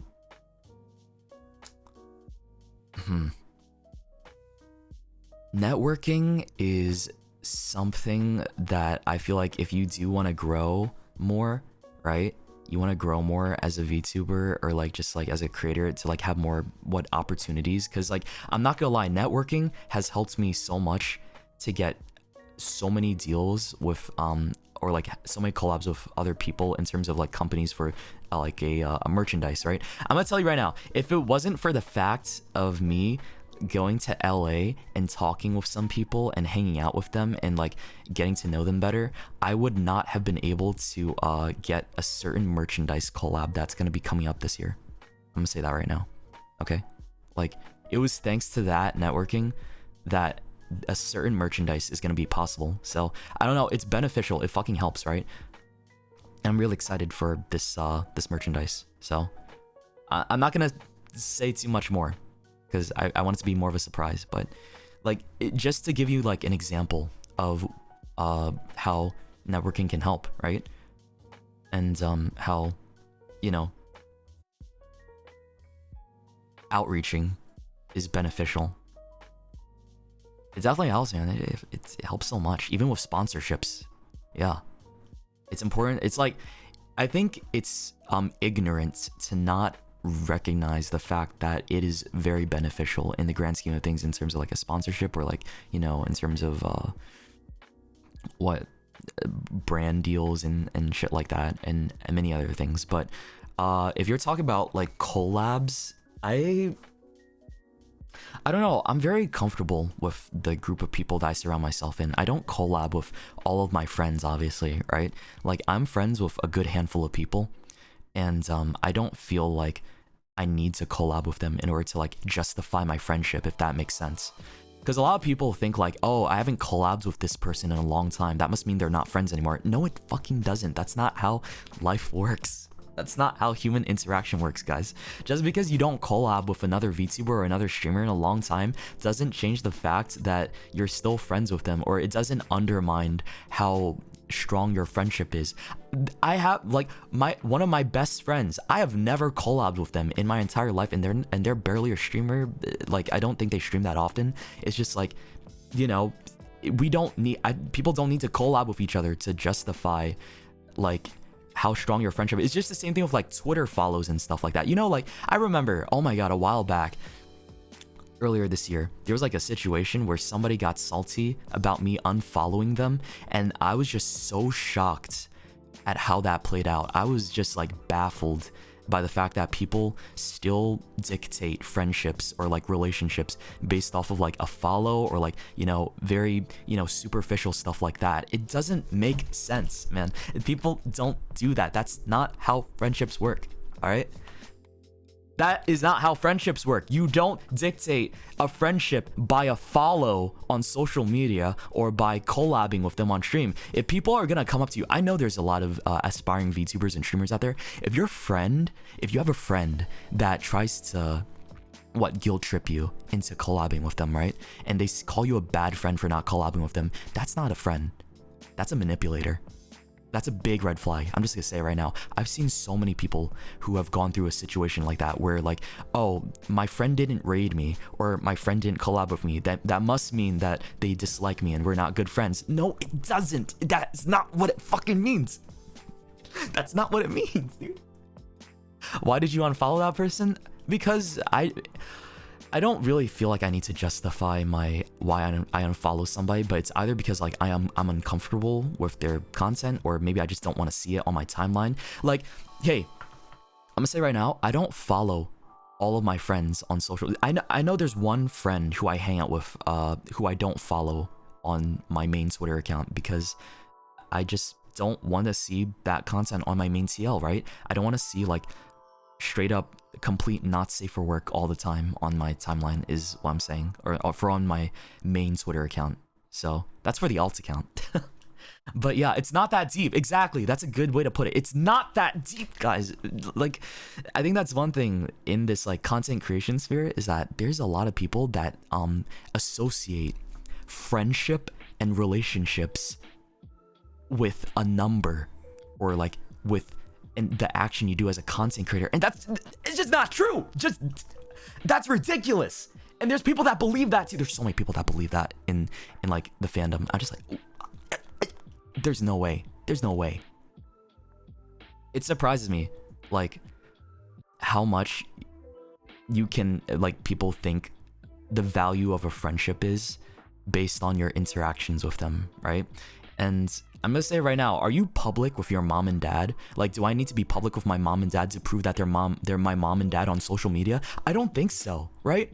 I don't fucking think so. Do I need to like publicize everything that's going on in my life to like prove to people who don't even know me the fact like I'm friends with a certain person, or that I have a sibling, or like I have a certain you know, person in my life, like my mom or my dad or my cousin or my sister? It's just like, why do I need to make that public, right? I don't need to make that public. To like, it's just stupid to prove that, because you don't need to prove that. But I think the way I've been seeing how the community is sometimes, like not this community, but just like the in general streamer or VTubing community, you just see that type of belief or that type of idea that you have to be public with everything, otherwise like it doesn't exist, right? And that's really not true, man. We choose to show what we want to show on social media, bro. That's just how it is. That's how it fucking works. Everybody that owns one does it purposefully and posts things purposefully, right? And you show that shit because you chose to show that shit. Like, I'm not gonna make all of my friendships public. Like, that's exhausting. Why should you have the need to like share every little interaction or DM or like conversation you've had with a friend from like you had on Discord, and just put it on Twitter, right? You might do it sometimes for fun, right? Just because like, hey, you want to share something with their consent and stuff like that. But other times you just don't want to feel like you make everything public and loud. That's the thing I dislike, is like, one thing you guys will learn about me is I don't like it when people are super public about like my privacy, right? I value my privacy a lot, and that's one thing you learn about as being a streamer or a VTuber content creator. Privacy is so fucking important when you get into this space and you want to be a creator, right? You really value your own personal time. You really value who you can trust and who you can be private with, and just like it goes a long way, right? Some of my best friendships, like, you know, like not all of them, of course, it's not indicative of like how much I interact, but like a lot of my friendships I have, it's like I barely interact with that person on socials, like IG, on Twitter, on stream. I barely interact with them on those platforms, but we're still great friends. I still talk to them a lot, and I still talk about like whatever is going on in my day with them. It's just, you know, how it is, right? It's all about what you show, and knowing like, hey, you can have a boundary with it. You can show that there are limitations with this kind of thing. There's a line, right? There is a fucking line, and it pisses me off, okay? I'm not gonna lie, it pisses me off when I know people do dictate like lack of interaction equals less of a friend, right? Because there's so much going on behind the scenes that you don't know about when it comes to like your favorite streamers, right? There's so much, and I think it's important to respect that fact. Like, you can't assume everything, right? And that's another weight of content creation that you have to understand. You might have to bear with when you get into it. Like, if you become a VTuber or a streamer, right, you're gonna have people that think like that, and you're gonna have to be ready for it. I wasn't that ready for it when I first came into it, and I'll talk about that a little bit more later. But yeah, sorry about the rant. I just wanted to talk about that really quickly, because it was, I think it's important to tell people like, hey, that's how it is, right?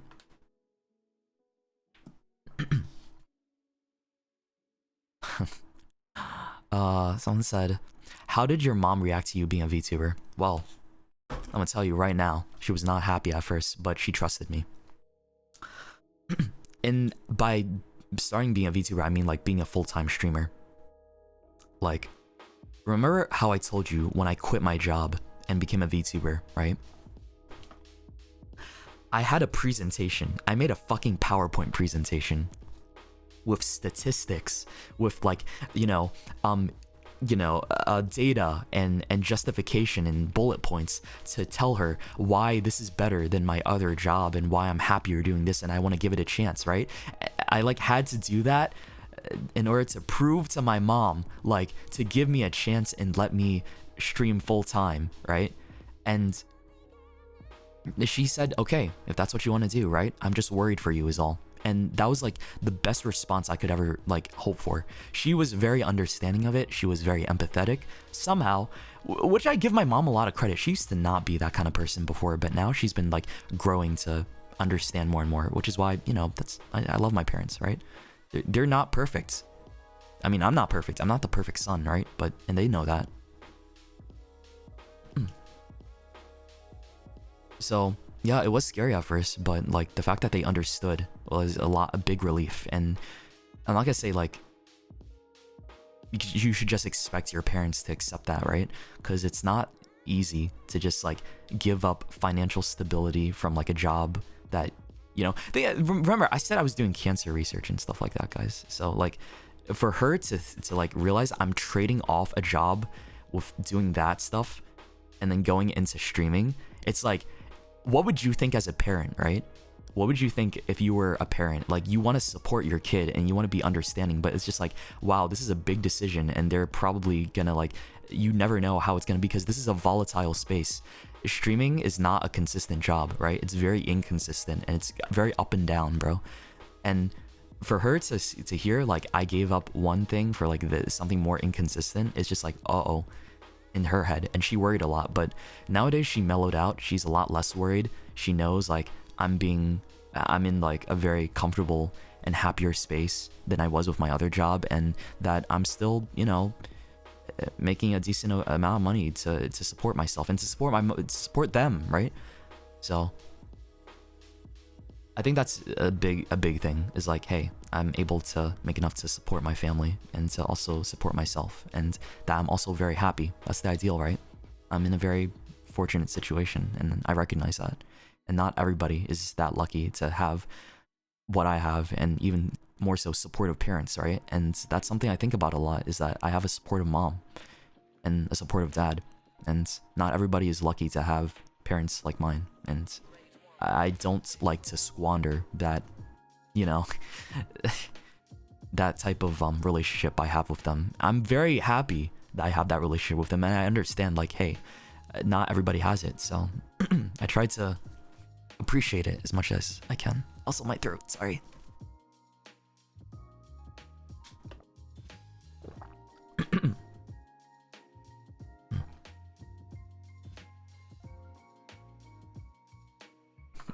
Having good parents goes along. Why are you hugging Omen like that? This is not Omen. This is my Guildie. Bro, the person that came into the chat just called you guys Omen from Valorant. How's that feel? I feel like that's kind of like a compliment, dude. What? Omen's pretty hot. Come on, man. I think that's a big compliment in my opinion, bro. Speaking of Valo, I've been in a Valo mood lately. I don't know if I'll like start climbing again. I'm not sure.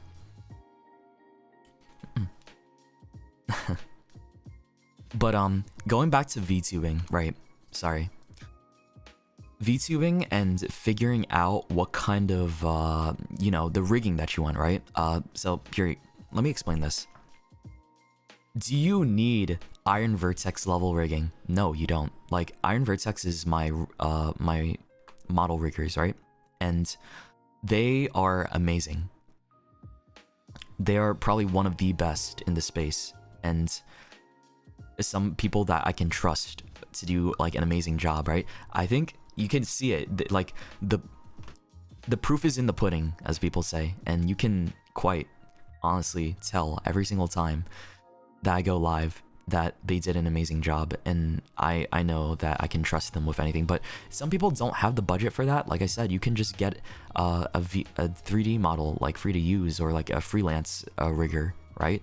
Instead, like, rigging is not that important, but like it does help. Like, it supplements. It's just like how I said, how people care about more about the model versus the streamer's personality, right?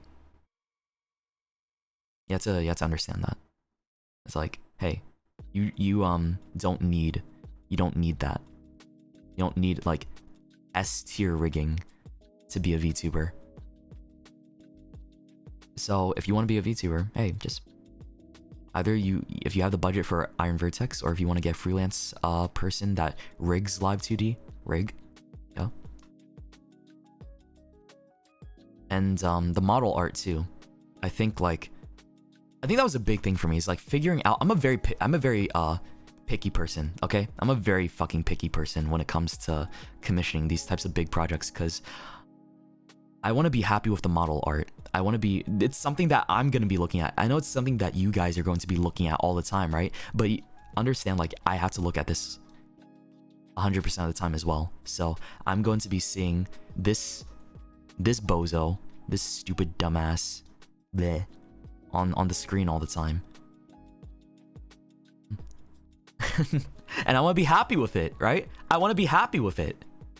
So I want to make sure like it's something that I'm satisfied with. Otherwise, like if I'm not happy about it, if I'm not happy with you know, my model, then I'm gonna feel like doubt build up or something. But every single time I've been 100% or nearly 100% satisfied with how my models come out. Especially this one, dude. This is my favorite model so far. I'm so sorry, but like I just love how everything flows. The hair is so much more unique. There's more texture and layers to everything. It's comfy again. Yeah, I'm just happy with it, man. So figuring out the model artist that you want, right, is a part of you know, if you want to commit. So I'm assuming at this point, like at this point in the conversation, you have streamed and you do want to be a VTuber and you enjoy streaming, right? So what's the next step, right? And you want to get that model. Then consider your options and like really take it into consideration. Take your time with it too, right? You really gotta take your time with this because you want to be happy with it. You know what I mean? You don't want to like just say, okay, do this. I like commission these 3 people for rigging, splitting, and like the model art and stuff like that, right? It's not that easy. You gotta put care into it. It's a two-way street with you and the person you're commissioning to make your VTuber model. If you don't put in the effort as well, then the product shows as well, right? Like it's a joint effort of like being how with like the quality of it to being like your liking, right? I think most of all, you want to be happy with it most compared to how other people feel. You want to be the most happy with it, yeah? If that makes sense. Does being on multiple platforms ever affect the way you present yourself online? I mean, I present myself the same way on all my platforms, right? Pretty much. Like, at least I try to. Like, my clips, on Twitter, on stream. I feel like I could be more sussy on Twitter versus on stream. I don't know. Like, some days I feel like it flip-flops, but, some days I feel like more of a clown on Twitter, and some days I feel like, you know, just being chill. It's just, I don't think the difference of a platform makes me present myself any differently. I do know that people complain that I tend to give more kisses or something like that to my Billy audience or whatever, but that's just a joke. That's an inside joke, right? But other than that, like, I try my best to be an accurate representation of myself on all my social platforms as much as I can, so that people aren't surprised when they go to another platform or, like, you know, they go to my streams. It's like about that consistency, you know what I mean? Yeah. So that's all I'm talking about. I already talked about this, but your budget for overlays. Also, Mimyum, thank you for the 5 gifted subs. Thank you so much. Oh, do you believe collabs are necessary to grow as a VTuber? Some people do not collab at all, right? And builds off of their like interactions purely on social media or like behind the scenes. I like collabing, dude. I like collabing with people, right? But it's not I don't know. It's not completely necessary. I feel like it helps you. Here's the thing. I'm not going to deny the fact that collabing with people helps, you know, overlap audiences and get people familiar with another person's content and then their audience with your content, right? I can't lie with the fact like those collabing with other streamers or VTubers helps expose who you are as a content creator to their audience too, right? So it's like, you know, it helps show what you're capable of, because like there's only so much you can probably do as a solo streamer, right? If you're somebody that doesn't collab, then there's only so much you can do. Like people like seeing those interactions with you and other people, but like you can, I think you can still do a lot on your own, right? You can still show as much as you can. How do I word this properly? I feel like everybody has a different skill set and everybody is different with like displaying their full extent of their capabilities as a content creator and as an entertainer. But I think collabing, for me personally, it helps bring out certain sides of me that you probably can't see often if I were to just be doing a stream like this, right? Because people like seeing my interactions with, you know, other streamers. People like seeing my interactions and how I behave around my friends and stuff, and that could be like, you know, what shows somebody that pops into my Twitch chat or gives them a reason to stay, versus like if I were just to be doing this, right, it might not give them a reason to stay. I don't know, it's something to consider, right? Just something to consider. But then I don't know, I think about a lot of other people that don't really collab much and still can grow as a streamer or as a VTuber, and it's very possible. So I feel like there's no right answer, right? You can collab, you cannot collab. You really just gotta, you know, be able to show your repertoire or like what you're made of. All the clowns, bro, what the fuck? Okay, that's enough of that. Enough clowns, please. What does it say? How would you suggest someone just starting out with no audience promote themselves to start growing? It's hard, man. It's hard. YouTube and Twitch have very bad discoverability. You know that, right? Like, both sites just don't really have great methods of like showcasing your clips and your streams. Like, you really have to go out of your way to look for people who are new and just starting out on Twitch and on YouTube. I feel like YouTube sucks with discoverability, especially, man. So I think the best way to go about promoting yourself is like posting content on YouTube. Like, posting content on YouTube and TikTok is one of the best ways, in my opinion. And also, like, you know, other social media sites, just promote that shit there. Because people, I don't know, not everybody has time to sit down for a stream. Not everyone can just take the time out of their day to accommodate for you whenever you want to stream. But with a video and a clip, people can just watch that anytime they want to, right? At their convenience. You know what I mean? So you don't have to compromise and go through all that bullshit discovery stuff with Twitch and YouTube, right? You can just post a clip on TikTok and let the algorithms do that. You really are superb. You're a lovely flower. Wait, what? Wait, what?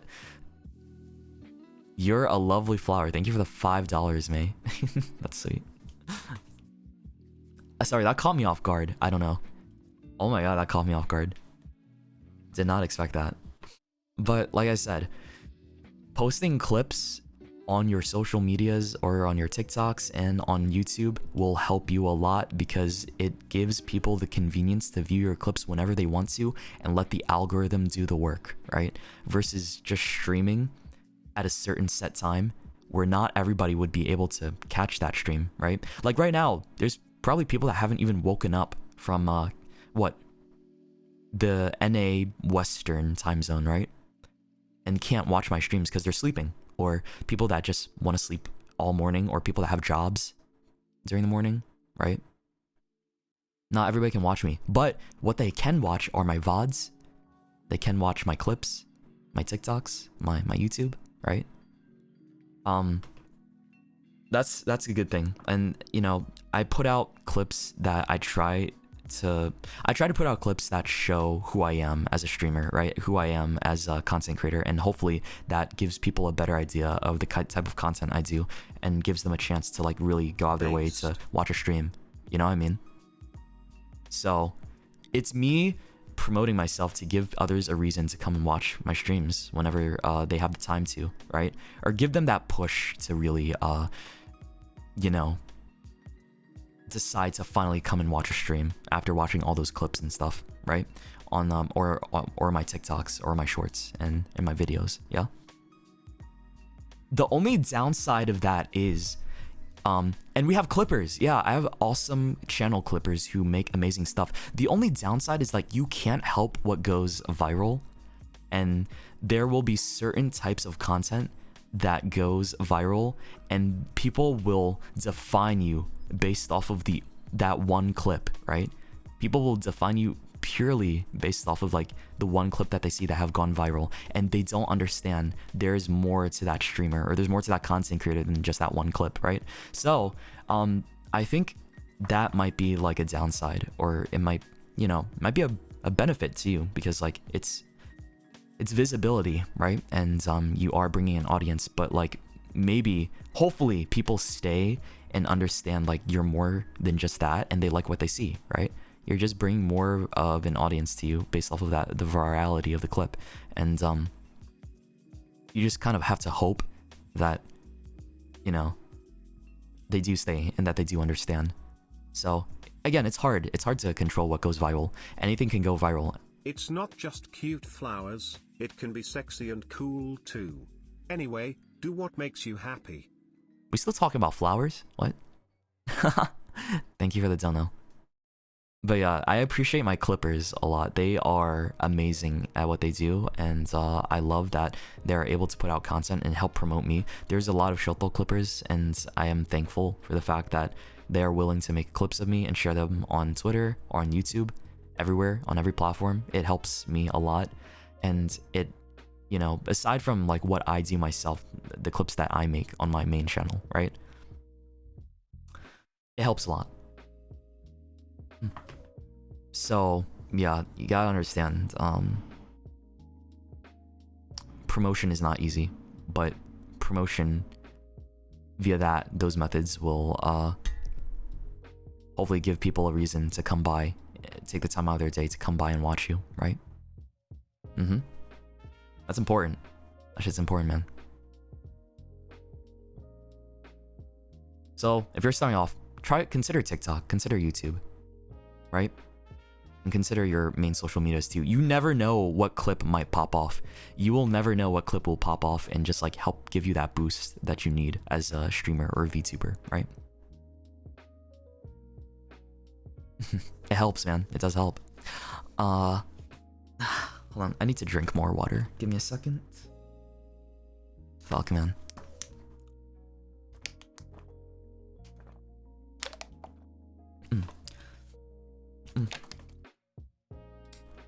So, now this is something I wanted to talk about. This is my next topic. It's indie VTubers and company VTubers, right? It is two different spaces, right? Yeah, there are two different spaces with like different audiences, I'd say. In my experience, people that are in a people that are in a company, right?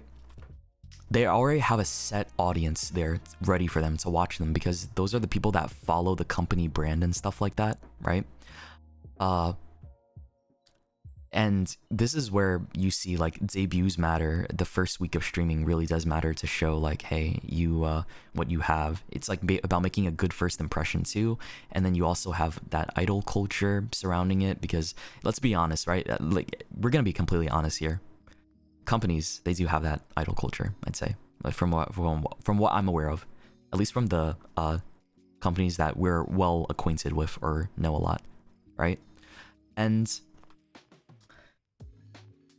like, I'm not saying every fandom is gonna be like idol culture, right, in a company, but like you do see like there's a good handful of them that do have that type of behavior. So that's something to be wary of if you do want to be a company VTuber. And you do have more restrictions, I'd say, right? If you're gonna be a company VTuber, there's a lot more restrictions with like the certain type of content that you can do. You have to get approval for certain things. Like you have like a team of staff working for you, right? And they also take a cut of your revenue. From what I'm aware, they take like it's different between across different companies, right? But they will take a cut of your revenue, right? If you want to be in a company, but you do have visibility based on the fact that there's already people ready to watch you, right? Because of your association with the brand and stuff like that. But as an indie streamer or as an indie VTuber, it's kind of different, right? It's more chill and relaxed in the sense like you have more creative freedom and like you don't have to follow a set of rules, right? Like me, for example, I think people were struggling to understand that I don't, at least from what I've understood, in early 2022, people thought I had to go by like company rules and like all these like mandates or like, you know, cultures and stuff like that. And I really didn't understand why there were like a handful of people that believe that, right? Like there's a certain way to be a VTuber and there's a certain way you have to do this and that, right? When I'm like, no, there's not. Why are people trying to hold me to that restriction, right? And eventually the community started to understand like there's a difference, and I'm glad that we're at the point where people know, or at least I hope people know, like I don't have to go through certain I don't follow certain guidelines, and that I'm not restricted to what's it called? Certain set of rules, because I'm not a company VTuber, right? I'm an indie, and there's different like it's not the same environment, right? It's not the same thing you have to deal with. For indie VTubers, most of the time I find people like started off as like a hobby, right? They start from very little and like have to build it on there. It's like a lot more work. Let's just be honest, like it is a lot more work, right? Because what you're trying to appeal from zero. You had to make something from zero, right? And if you want to make it a job, then there's more serious considerations, right, about like your time investment and shit like that. But like if you're gonna be joining a company as like a VTuber, right, then you're already committing to a job technically, right? You just got a job. You went through an interview process, right? So but with being just a regular streamer, you might see it as a hobby. I don't know, you might have another job. You might be juggling like this as like a second job or something. I don't know, right? Those are important things to think about when you're looking at one or the other. Yeah. I know a lot of people in companies as VTubers, right? Let's be honest with that. I hear so much of what they have to deal with between their struggles with like their own staff and management. Like, dude, I have the liberty as an independent streamer, right, to be my own boss and to be my own manager and to choose who I want to work with, right? In terms of like who does my what's it called, like certain productions and like mixing for my songs and for my video edits and all that stuff, right? And what kind of content I want to do and what kind of content I want to watch, right? You know what I mean? I have that creative freedom as an independent. But if you're in a company, here, like, you might butt heads with the staff. You might like argue with a lot of people, even your coworkers, right? You might get into like a beef with your coworkers. I don't know. It's just like how company culture is in general, like whether or not you're a VTuber or you're just like working at a company as a person, as like an accountant or like as like some type of salary man. You know what I mean? Like once you realize it's like, it overlaps, right? You'll understand what I'm trying to talk about. Because work culture in a company is like pretty much the same in general across things. It's just like the matter of like what kind of thing you're doing, like a VTuber versus like, you know, a fucking salaryman, right? Those are different, obviously, but the expectations of the company are similar. and the expectations of their community, there's a lot of pressure since they represent a company and a brand, right? And they also have to be expected to follow certain cultures or rules of a company, right? And there's positives, of course, since you have a community there ready for you. But at the same time, you have so much pressure on you already. A lot of people aren't ready and are just expected sometimes to be able to adapt to the environment. You know what I mean? And it's not easy, right? Let's be honest. And we know the fandoms. I'm not saying everybody, but there's like people in the fandoms that can be extremely toxic and gatekeepy, right? Because of the nature of the company, right? It's like that whole what is it called? Like tribalism between like with a company and like their fandoms, right? We've all seen it before, and you know exactly what I'm talking about. And if you don't want to acknowledge that, then that is a form of ignorance, in my opinion. Like it does exist, right? It more so exists when it comes to like company fandoms. So I think that's something to consider, right? So I think you choose what you want to do, because like I will say it is harder. Like both are hard, right? In their own rights. Both are difficult in their own rights and have their own type of like challenges. It's just a matter of what you want to do and what you think is best for you. Yeah, that's what it kind of boils down to. Do you want more creative freedom but have to do like more work building from like nothing, or like to just join a company but like have to, you feel like you're not ready for all these new eyes on you, and then you have to follow like a strict rule set, right? And you gotta think about what you want, right?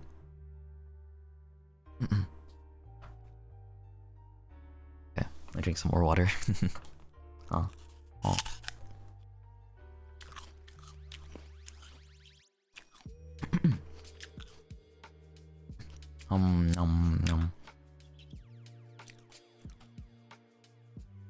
What's my favorite food? Bussy. All right, but just kidding. It's actually I love sushi the most. Didn't already know that.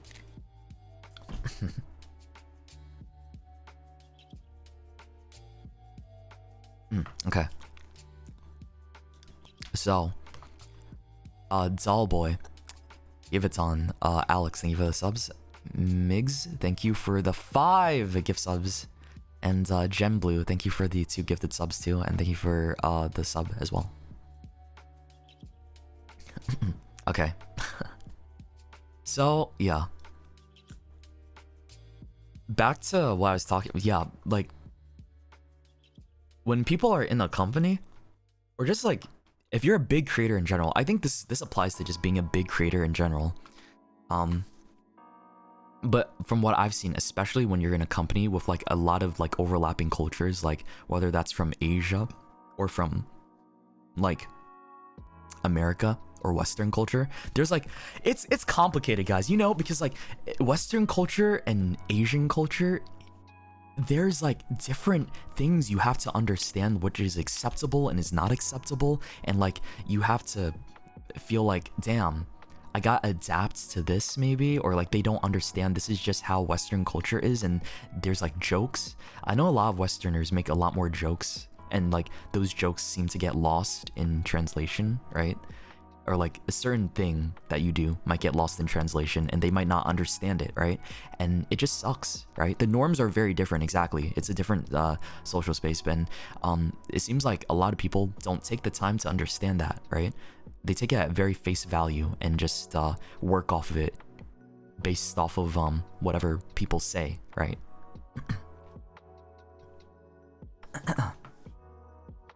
Like, think about this. Let's say I make a very lighthearted joke to a friend without, without much mind to it, right? All of a sudden, somebody could misconstrue that because they don't understand the dynamic of you and your friend, and they don't understand. That's just maybe the culture of that joke, maybe, right? And you're faced with some sort of ridicule, right? And it becomes a whole big problem, right? That's like a risk. It happens a lot, it seems like, and it's scary, right? Because you there are things people do with the intent of just being chill and lighthearted with like a homie or a bro, somebody that you just hang out with, or like with your chat, and then people misunderstand that a lot. There's a lot of misunderstandings that can happen, man. Context matters, exactly. And it's like, that's a lot to be cognizant about, I feel like. And man, it does get exhausting, right? You can't die that shit gets exhausting when you have to like feel like you're walking on eggshells with that type of stuff. But these days I feel like you guys get it. Like if I were to make a joke about something, or like a friend, or talk about a friend, right, you guys would know like what I mean, and no one would try to take that out of context, I would hope, and just try to make it into a problem, because that's just weird. But I don't know. You raised us right. What do you mean by that? I don't know. I think you give me too much credit. I think you guys really do more for yourselves than you think that you do. It's just like being exposed to the right people, and being like exposed to like the right kind of advice or information, maybe. And even if it's not just me, it could be just a lot of other people that you've surrounded yourselves with. It's not purely me. It's not purely like you do that work. You purposely, like, you should be more proud of yourselves for what you accomplish and what you are, you know, what you think. Like, you did that yourself. You purposefully made the choice to think that way and change your mindset to be a better person, or to like think in a certain, or be more open-minded, right? So give yourselves more credit, please. Like, honestly, I hate it when, okay, I just dislike it when people don't like try to undermine how much value like you've given to yourself as like a human being, right? You did that yourself, remember. You made that decision yourself, and you should be proud of that, rather than like owe it completely to another person, right? Hopefully that makes sense. I don't know. Man, sometimes I feel like I'm just saying shit and like, I don't know. I just hope, bro, fucking language only goes so far to convey how I'm feeling and how like I want to like explain something, which sucks. But like, I always hope that my words are enough to, you know, convey what I'm thinking and what I believe and how I feel about certain shit, right? It's hard. It's not easy. Talking's not easy, and finding the right words is never easy when it comes to these kinds of things. But I'm glad you get what I mean. Thank you. Sev, thank you for the 10 gifted. Holy shit, dude. Thank you. Thank you. Thank you. Iverton and Dollboy, thank you for the subs as well. Yeah, thank you guys. Thank you so much for the subs, Sev. So, back to the main topic. Like I said, I think considering branding and sponsorships, like, oh shit, man. Like, when you become a VTuber and a streamer, you really have to be cognizant of, oh my god, all the things that you do, like, to make another brand, like, feel compelled to sponsor you for, like, a game, or, like, for an item or something like that, right? And, man, that's why I have, like, people to, like, do those deals for me, too. Like, being associated with, like a agency to get me sponsorships helps so much, right? And I'm lucky to have that. But for people that do, like, you might get emails. Like, I'm pretty sure there's VTubers or streamers that are watching right now. You might get emails from like about sponsorship opportunities, right, and stuff like that, and you like want to hop on that and take the chance to like stream a game for some money, right? I think people don't realize this as much, but sponsorships make a big portion of a streamer's income. Like, if we're talking about income and wanting to like have financial stability, sponsorships are where it's at, for real. Like, I think that's where a lot of people in the content creation space do make a living. And it's important because you have to understand, like, this is where it reflects based on your branding and like who you are as a streamer, right? So a big portion, yes, for sure. Sponsorships go a long way. Like, they really help support you financially so much, because like, you know, you take a sponsorship for this game or for another game, or for, like, to make a tweet about something, or to like post an Instagram story, or to make a TikTok, or you know, it's just like, hey, it helps you. It helps you make make the most money, I'd say. Choose your sponsorships carefully. Yes, I'd say that's also important too. Like, I'd say don't take every sponsorship you get, right? That's my advice for people. Like, maybe that's how you are, go ahead. But I personally feel like I don't want to take every sponsorship I get offered, and just like pick and choose the ones that, you know, feels most suited to me, or like things that I'm more interested in. But I don't know, other people feel differently about that. Like, you might just want to take every sponsorship so you can make that bag, right? But for me, I like to just, you know, curate what I want to do. That's why I feel like I get a lot of Hoyoverse sponsorships. I always choose those ones because I'm like, yeah, I know, like, I can play those games, and like I do have a fun time playing those games. And like Remnant 2 was like a kind of a shot in the dark. It was a risk.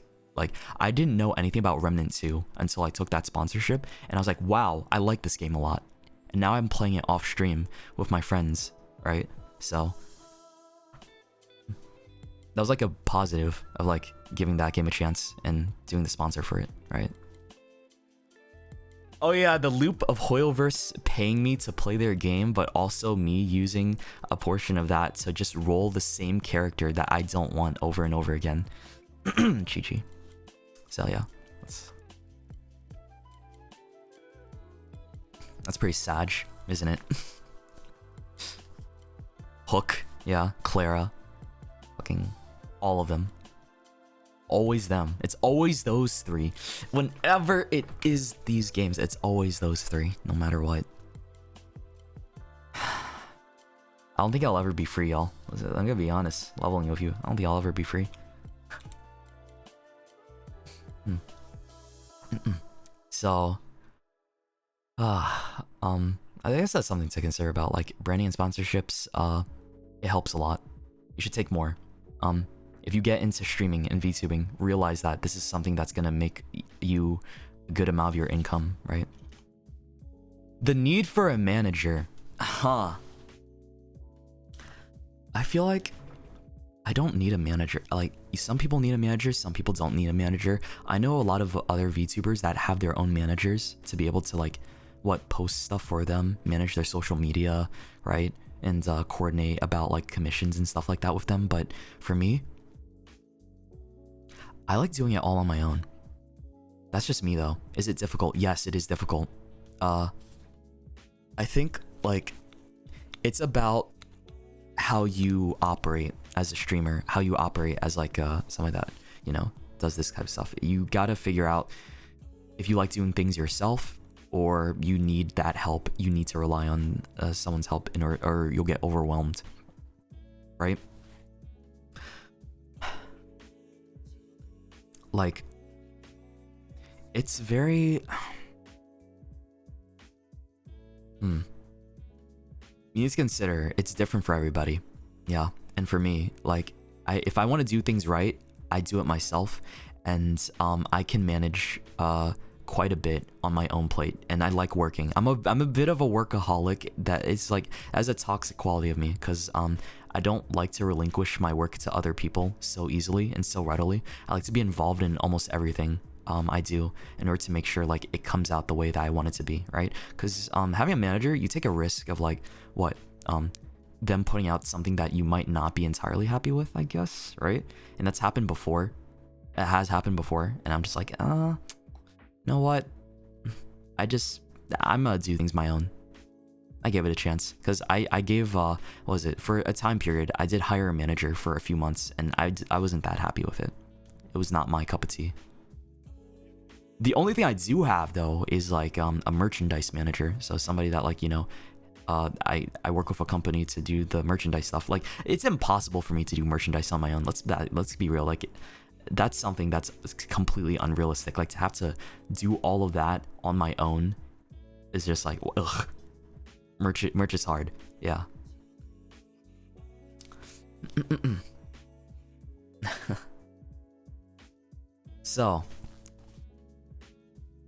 You know what? Let me just do it. Yeah, pretty much, you know what I mean? So, I did want to talk about this. How did VTubing change me? That is a big topic for this stream. How did VTubing change me as a person? Right? So, I think...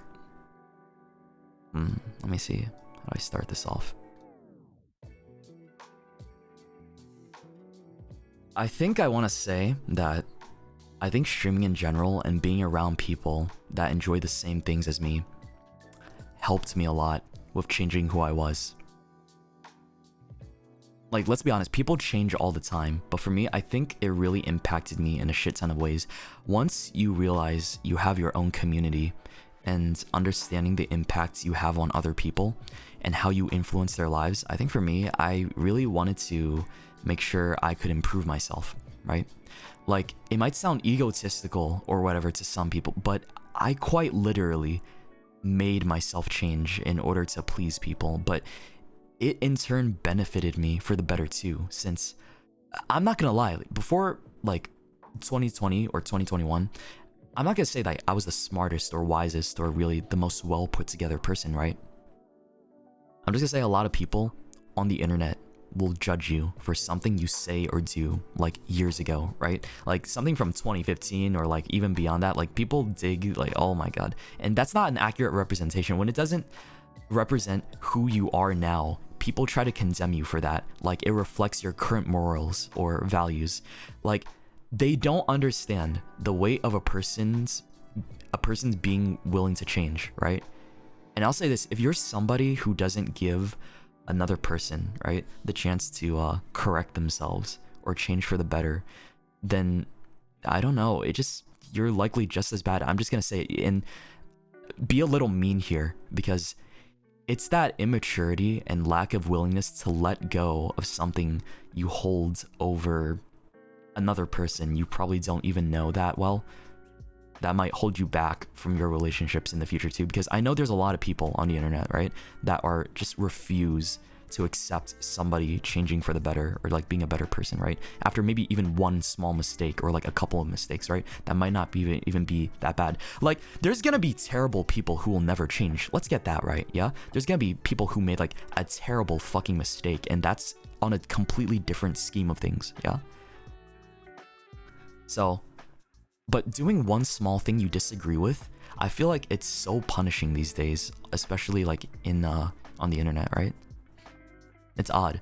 Dude, I see people getting death threats and getting cooked and being called problematic for just a misunderstanding of simple things. Maybe like you ship, or like people that ship stuff that other people just dislike because it's not a ship that they like, or just for being a bad friend. I see people getting shit on by other people who don't even know them just for being a bad friend, right? Because I don't know why people like to make twitlongers about that stuff rather than talk to people, right? Like there's so much more important things to be upset about, in my opinion, at others for. But you see the point I'm trying to make is that there are people that will take a long time to grow and understand that the way that they're living and viewing people like that will harm them so much more in the future, because they'll just end up pushing away so many other people in their lives. Like I genuinely do not understand people that don't grasp like, hey, not everybody is problematic, right? Like not everybody's like probably to the degree that you think, but like, you know, it's weird. That word gets thrown around so often. It's like, oh, this person is problematic. This person is problematic. Why? Oh, I don't know. They give off weird vibes. I'm like, what do you mean by that? Not everyone's perfect, dude. Okay? I think this problem, I'm gonna get into this. It's like content creators are constantly under this spotlight or microscope, I'd say, since they're expected to be a certain way, or expected to fit someone's ideal version of a perfect person. I always remind you guys to never view the people you look up to as a perfect person. Your image of them just ends up muddied, and you'll get upset when they do one thing you may dislike when it's in reality maybe not a big deal, right? It just ruins the immersion or vision you have in your head if you project this idea of a perfect person or public figure. And that's why I think a lot of people get into such random shit sometimes these days. Again, I will always try to say or remind everyone, like, to make sure everyone knows that we are flawed and we're never going to be the ideal person in your head. Everybody has a flaw. Everybody has their problems. The people that constantly want to avoid, quote, problematic people are going to be severely disappointed when they realize how flawed everyone in their life is. Like, how everyone surrounding them has their own issues and they're working to improve. Like, no one is built to be the perfect person. That's the thing. And it's that I feel like many people don't give others the chance to improve themselves anymore. It feels like a one and done type of dynamic, and I really hate that. Like, I'm the type of person that likes to give people multiple chances, right? Maybe that's a personal thing, but I can't ever imagine just abandoning someone for fucking up once. Unless they did something absolutely terrible, like hurt my family or something, right? I see people like dropping their friends over one small thing and just calling them problem. Like, it's just so wild how people behave these days on the internet. Like, I can't fathom that. Like, just abandoning your friend over like one small issue, and you didn't even want to talk about them with that. Like, and they call them problem. That it's just like, that's like one extreme example I see often, right? And there's like other things that you can obviously be upset about, like people that are just horrible, genuinely horrible, terrible, despicable people, right?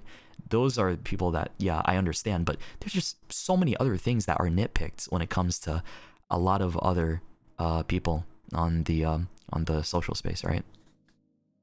And it doesn't make sense in my brain. Like, I think you guys know what I'm talking about. Like, you try to make sense of it, and these people just seem like such an anomaly. And it's so big, though, that it's not an anomaly. It's just like a culture, right?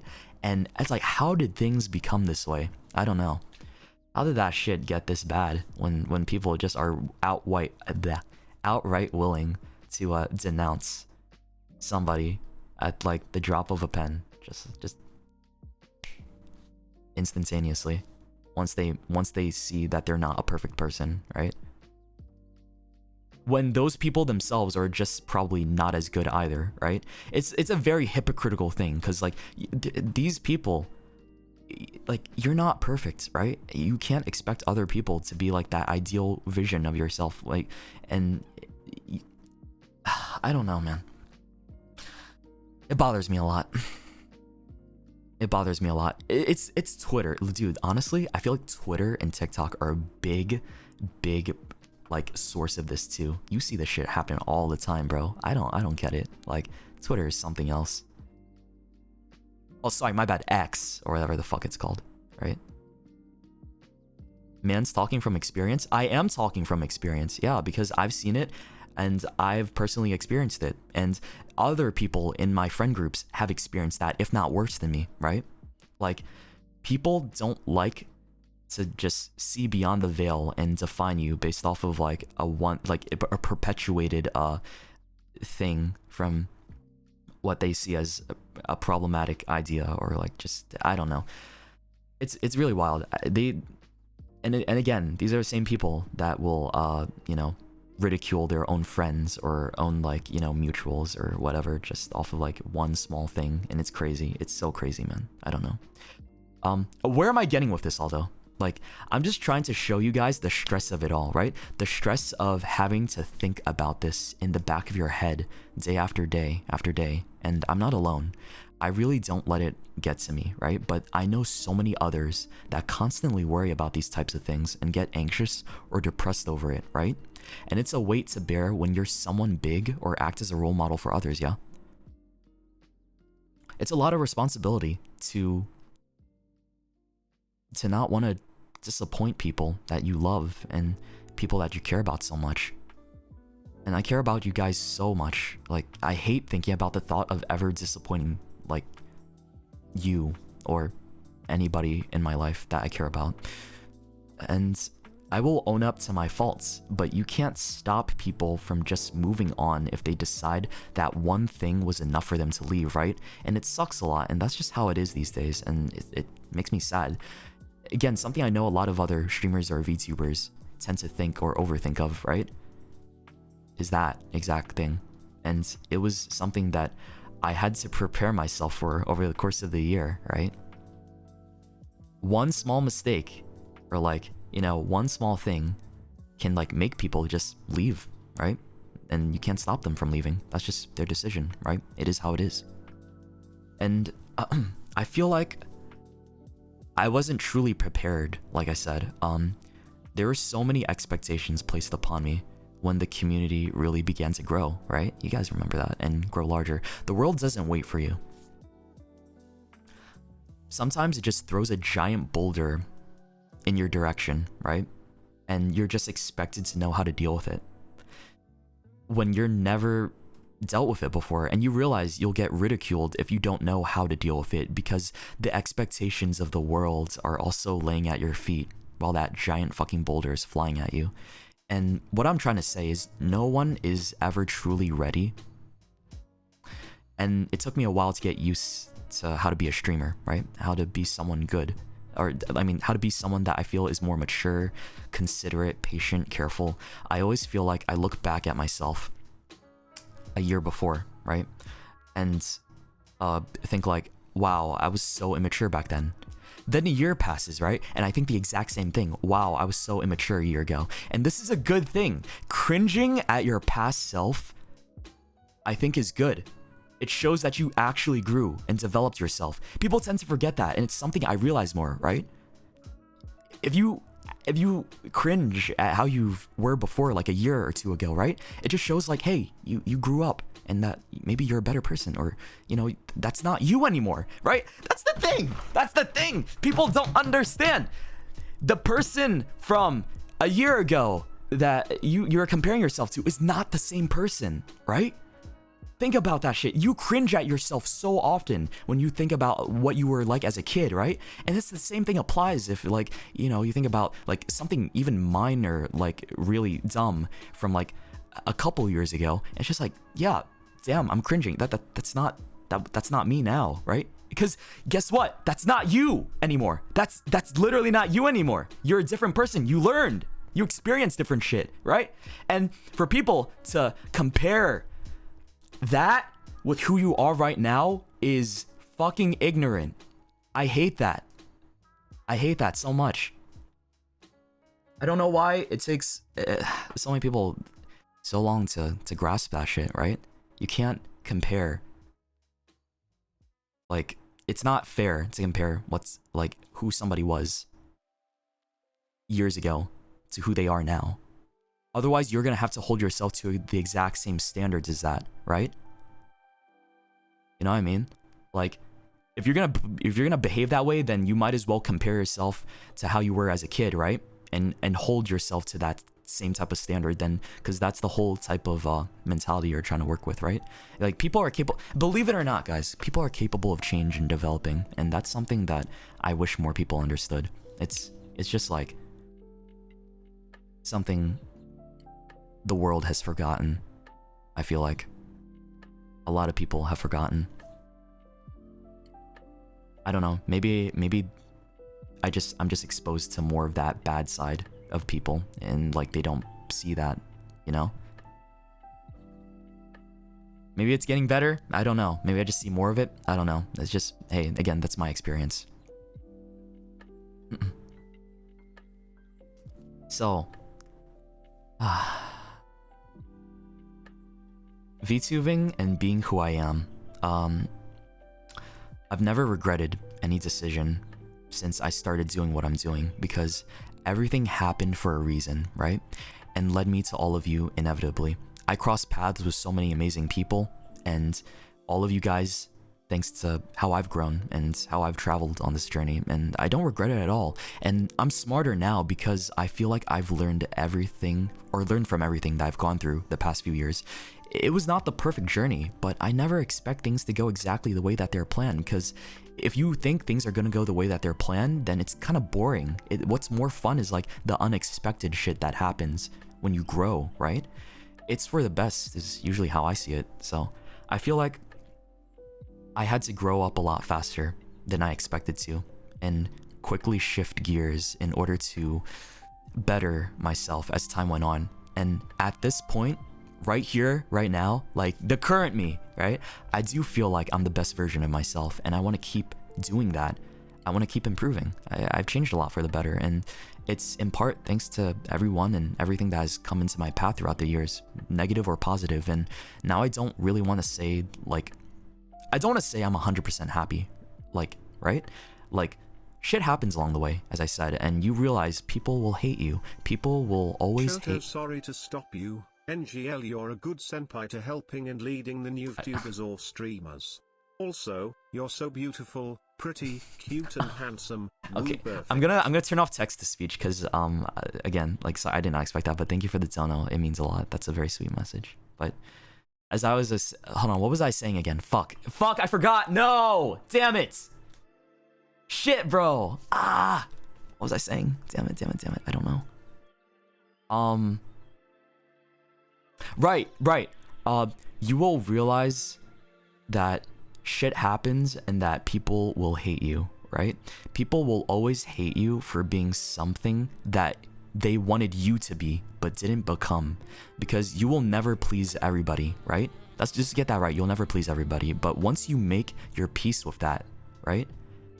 Things become so much easier to process in that you can continue to do what makes you happy. Yeah? You don't have to satisfy everybody as long as you make yourself happy, and then you make a space of people that enjoy your happiness and are happy alongside with you, right?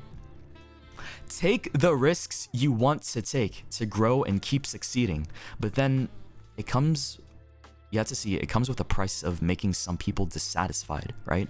And make them form an image of you that they want to dislike. You know what I mean? So I think that's something that happens a lot. If someone already doesn't like you, they'll find more and more reasons to go out of their way to dislike you even more, since that's all that they want to spend their time doing. Again, it's just how some people are, and you can't really change their minds once they've formed that preconceived image of you in their head, right? No matter all the good that you may do, or how much you want to do good in the world, or even actively change to be a better person, you will have people that will continue to ignore that and just justify more and more why you are the worst fucking person to them in your heads. And you just have to accept that, right? I'm not gonna tell people how to live their lives, but that's one thing I cannot imagine living as myself. Like, it just sounds so miserable and exhausting. And I think it's just easier to forgive people and be more open-minded to the fact that they can be better, or like they have the potential to learn and grow, right? But not everybody thinks like that. At the end of the day, you need to remember who really matters to you. Those kinds of people who have no good impact in your life, right? Like, why do they matter? If you have flaws you don't recognize, though, that's what having good friends is for, right? You have imperfections and you might have issues, and having good people around you to like make you realize that's what having, you know, those friends are for, right? Surround yourself with good people who will tell you about those flaws, right? Not people that will perpetuate those flaws, I'd say. And those same people wish for your success and wish for you to be happy. And honestly, guys, I think for me, that's just love right there. I learned more about love too, thanks to you guys and my friends. I define love as unconditionally wishing happiness and the best for somebody. You just want them to do the best that they can and to be successful no matter what. And you'll be there to help them whenever you can. And then you smile, you know, whenever they get even just a centimeter closer to that goal of theirs, right? And that's what love is. I learned that because of my guild and my friends, and I guess, yeah, if you were to ask me what it is, that'd be my answer. That'd be my answer today on how I feel about that. I don't know how I got there, dude. I just went off track. Fuck. Oh, there was a raid, bro. I didn't even realize there was a fucking raid. Holy shit. I'm so sorry, bro. Fan, thank you for the raid. Oh my god. I'm so sorry, bro. I was just lost. I was ranting. I was fucking ranting. Yeah, thank you so much for a raid, dude. Hope you had a great stream. Welcome. I'm talking about some deep shit, I guess you could say, right? Yeah. Just know, people, yeah, like I said, basically, TLDR, you will always have people that dislike you. You can't make everybody like you, right? It is just impossible to make everyone like you, because everybody likes different things. Everybody has a different, everybody's different, right? That's just the beauty of how shit is in the world. And making your peace with the fact that you won't make everybody like who you are, you'll be so much happier and so much more at peace with content creation and just with streaming or with just VTubing, whatever you want to do, right? As a creator, yeah? I hope that makes sense. You can't force people to like you. Exactly. Yeah, that's a good way to put it. You can't force people to like you. And you can't try to make them like what you do, right? Because hey, like look at Mr. Beast, for example, right? That is the one person I think of a lot when it comes to like, damn, people really hating on him for trying to do good in the world. I don't know. Like, you know that, right? It's just like, wow, if that's not an example, if that's not like one of the biggest examples I can offer to you in terms of somebody that like actively does try to do good, right? Yet people still get upset and call him what? All these different names and shit, then it's just like, wow. I don't know. People like that are just angry all the damn time. Yeah, there's a lot of people that are just fucking angry. Like, for no goddamn reason. Just because they want to be angry, right? Yeah, that's how they want to live their life, bro. They want to be a hater, they want to be angry all the time. Okay, that's you, man. I'm gonna do my thing, you can do your thing, right? Go ahead. I can't change that. You can't change how people want to be. You can only just be like, yep, that's how they are. I don't know. You can hope that they would change for the better, right? And people would mature into just, I don't know, understanding more, but I don't know. I don't know.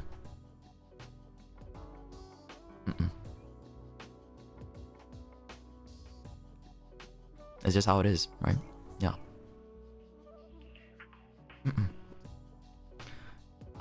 Dude, I know I rambled a lot. I know I rambled a fucking lot, but this just goes to show you how much happened in my life since having a community, being a VTuber, being a streamer. It's thanks to being a VTuber that I learned all this, partly, yeah. But it's not the sole reason, of course. I'm not saying being a streamer is going to solve all your problems and make you to grow as a person, right? But me doing what I'm doing at Shoto did lead me into this direction where I feel like I grew up more and want to keep growing beyond what I am now. Like, dude, I remember a few days ago, like I was just laying on my chair outside in the backyard in like a warm afternoon. I was just looking up at the sky, right? And really felt like, damn, everything just feels amazing right now. The world just feels great. And then like, the thing is, in that moment of bliss, like my brain thought of you, and it's been something that has been happening more and more often, right? Because you had that impact on my life where I guess I associate warmth and comfort with you all. Like, again, you guys say you learn a lot from me, but I honestly feel like I've learned a lot from you guys, much more than you think. And I was able to make better decisions because of being around better people and experiencing what I have over the past couple years, right? Like, yeah, I've been jealous of others to an extent, I'd say, and I felt how it feels to be hated. I felt disappointment for myself or for others. I've been burnt out and exhausted. I've felt dissatisfaction, and I've felt new levels of anxiety ever since I've started streaming, right? But that helped me learn, and despite all that, it's amazing how all those moments were still overwhelmed by all the love that I've received from every person that I've cared about in my life, including you, right? And it's gonna sound sappy, but at the end of the day, I am who I am, right? Like, I am who I am because of the choices I've made, and you guys were one of those choices that I've never regretted in the short years that we spent with one another.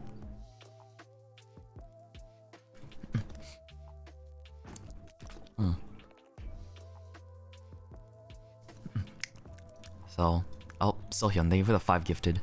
Thank you. No, thank you so much, dude. Shoto, do you like orange water? I mean, I like orange juice, not orange water. Oh, man. I'm in a certain mind space right now, but yeah, that's how I feel like I've changed as a VTuber. That's how I've changed, or like how VTubing has changed me as a person, right? And I feel like it made me into the best version of myself that I can be every single day, right? And that's how I want to continue living my life, is that I want to keep being a better version of myself each and every stream, each and every day, each and every week. There's always something for me to learn and improve on, and I don't know. I think like maybe it wasn't such a bad thing to be forced to grow up faster, or like to really, I don't know, have to learn so much so quickly, right? Because damn, I feel like I'm smarter than I once was a year plus ago. Yeah. So yeah, thank you for the dono. And little parsley, thank you for the sub. Sorry for that little rant. So that's what I mean. That's what I meant on my birthday when I said I changed, right? But it was a good change, and I'm not the Shoto that I was before. That's what I meant for people that didn't understand what I was trying to say. Yeah. Just some context to that I am who I am because of the changes and decisions I made. And those were better decisions. Yeah.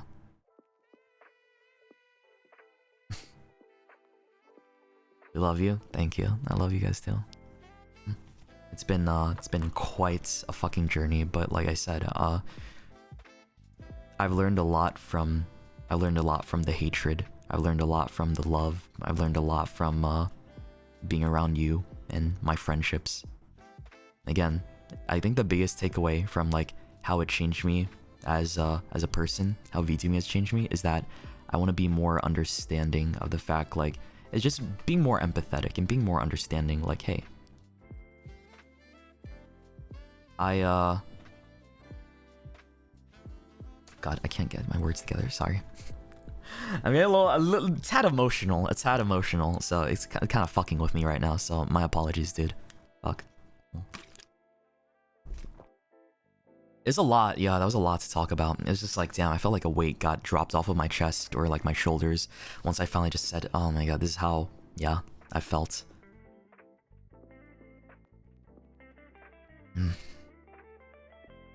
But I hope you understand.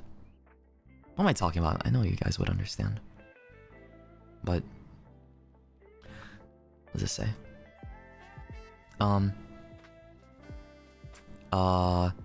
I am the person that is typically in a hateful mood, but hearing you makes me believe. I feel like, I don't know. It's just, things feel so much more wonderful when you can let go of that hate and just appreciate.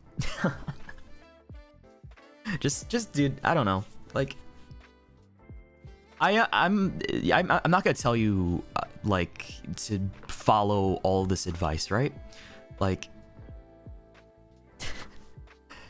I'm not gonna tell you what you should do and what you shouldn't do. I'm just letting you know my experience, and that's all I wanted to do today, is just let you know how I felt the past few years since I started streaming, and how it improved me as a person, how like I learned so much, and that how I am now today because of everything that's led up to now.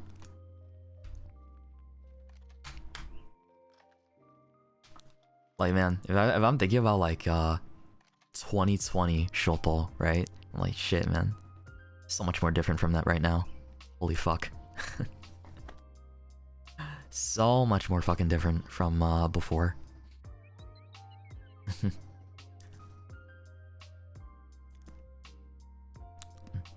What's it say? I just think that it's not needed to be thinking about the past hatred. I'm over it. Like, anything that's happened in the past is in the past, right?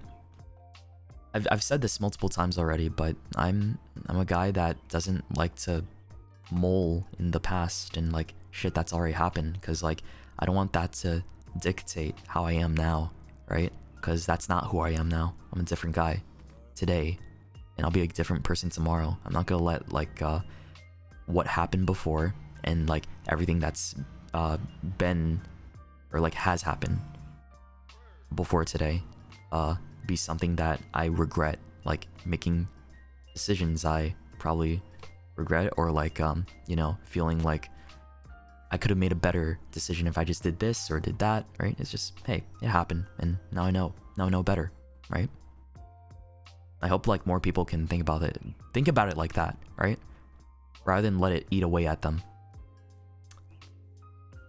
Because no matter who you are, no matter what kind of person you are out there, I think it's important to realize like everybody in some way, shape, or form deserves to be able to change and learn from what they've done in the past. Like, you can improve as a person because of the things that you've done and what you've experienced.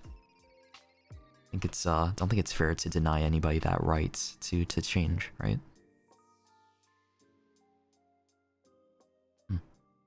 I'd love to hear your podcast. I don't have a podcast. Oh my god, bro.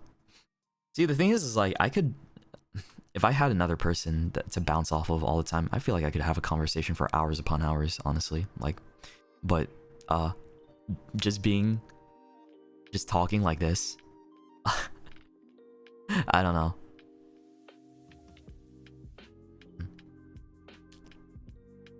You should start a podcast, honestly. I don't know. It's always been an idea, but it's just like you don't know who you would make one with, right? Right? You just threw so many speeches at us. Did I? I feel like I just said like one solid thing just to get my point across. Really? In all honesty, this was like a glorified rant at the very end, but I hope like it carries weight somehow in some way. That would make me happy to help others. Yeah. But being a VTuber and being a streamer is essentially the same. Like, whether you're a facecam streamer or a VTuber, you're still in the same sphere. You're just here to stream and make hee funny moments and hang out with your community and just play games or do whatever you want, dude. Like, VTubing as a medium, like, that's just all I see it as. It's just like another way to represent yourself. So I remember I got a question earlier. Do you see it as cringe? I'm like, no, I don't see it as cringe, dude. Why would I see it as cringe? Why would I see something like that is harmless and you're just having nice, wholesome fun with as cringe? I don't know. Like, dude, we throw around the word cringe like for certain other things, right? But to genuinely call something cringe that is, you know, completely harmless to other people and just something that a person genuinely enjoys on their own time, right? Is, I think that type of thinking is cringe in itself, if I'm being honest, right? You know what I mean?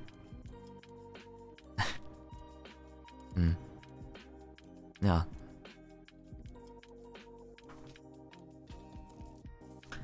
What made you want to become a streamer? Oh, well, I'll be honest.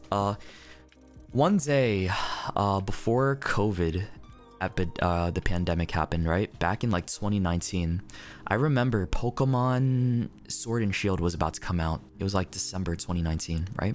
I wanted to play the game so bad, and I was like, damn, I see all these other people streaming. I want to try it sometime. I've always been a fan of streaming and like just seeing content creation, and I was like, maybe this is my time to try it. I went out of my way to buy a capture card for my laptop, right? And I realized like, oh shit, I can't really stream on this laptop because the capture card doesn't work with my Nintendo Switch with this laptop because it was a wrong USB hookup, right? So, you know what I did? I decided, bruh, I'm just gonna put all of my money into buying a new PC. So I spent my entire savings on a new PC. That was like, what, $700, $800? That was like all I had to my name at the time.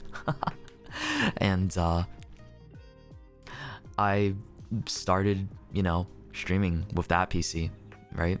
And yeah, I took like a leap of faith kind of with that. I was just like, sure, fuck it, let's see what happens, right? Let's see what happens. And the first year was amazing. Like I learned a lot about streaming. I learned a lot about like what it means to be a streamer, and like, you know, it's not just about playing games and just like, it's about your community, about the people you're with. We need to thank Pokemon. Yeah, dude, I don't know. That was the first game I've ever streamed, was Pokemon Sword and Shield. And the second game I streamed was fucking League of Legends. And the third game I streamed was like Halo Infinite, I think. Yeah, I was playing like the first campaign of Halo 1. I played Halo 3 ODST or something like that, because I like Halo a lot. And right, that was my I played it with friends, and yeah, just streaming to like the void.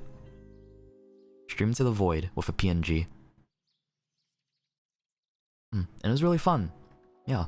I remember I was so happy I hit Twitch affiliate that month. I was like, oh my god, guys, I got affiliated on Twitch. Holy shit, do you see this? Oh my god. Wow. Holy shit, there's 10 people watching me now. Oh my god. Oh man, that was so wholesome. That was so fucking cute, dude.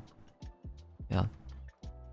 I was really happy because like I was in, you know, like I was trying to juggle streaming with classes too. So I used to be more of an evening streamer until I switched over to morning when I quit my job like a year ago. Right? Man, that first year streaming was insane. Like, oh my god. I don't know if I should talk about this, but like I remember there was this, I'm not gonna go into too much detail, but let's just say this.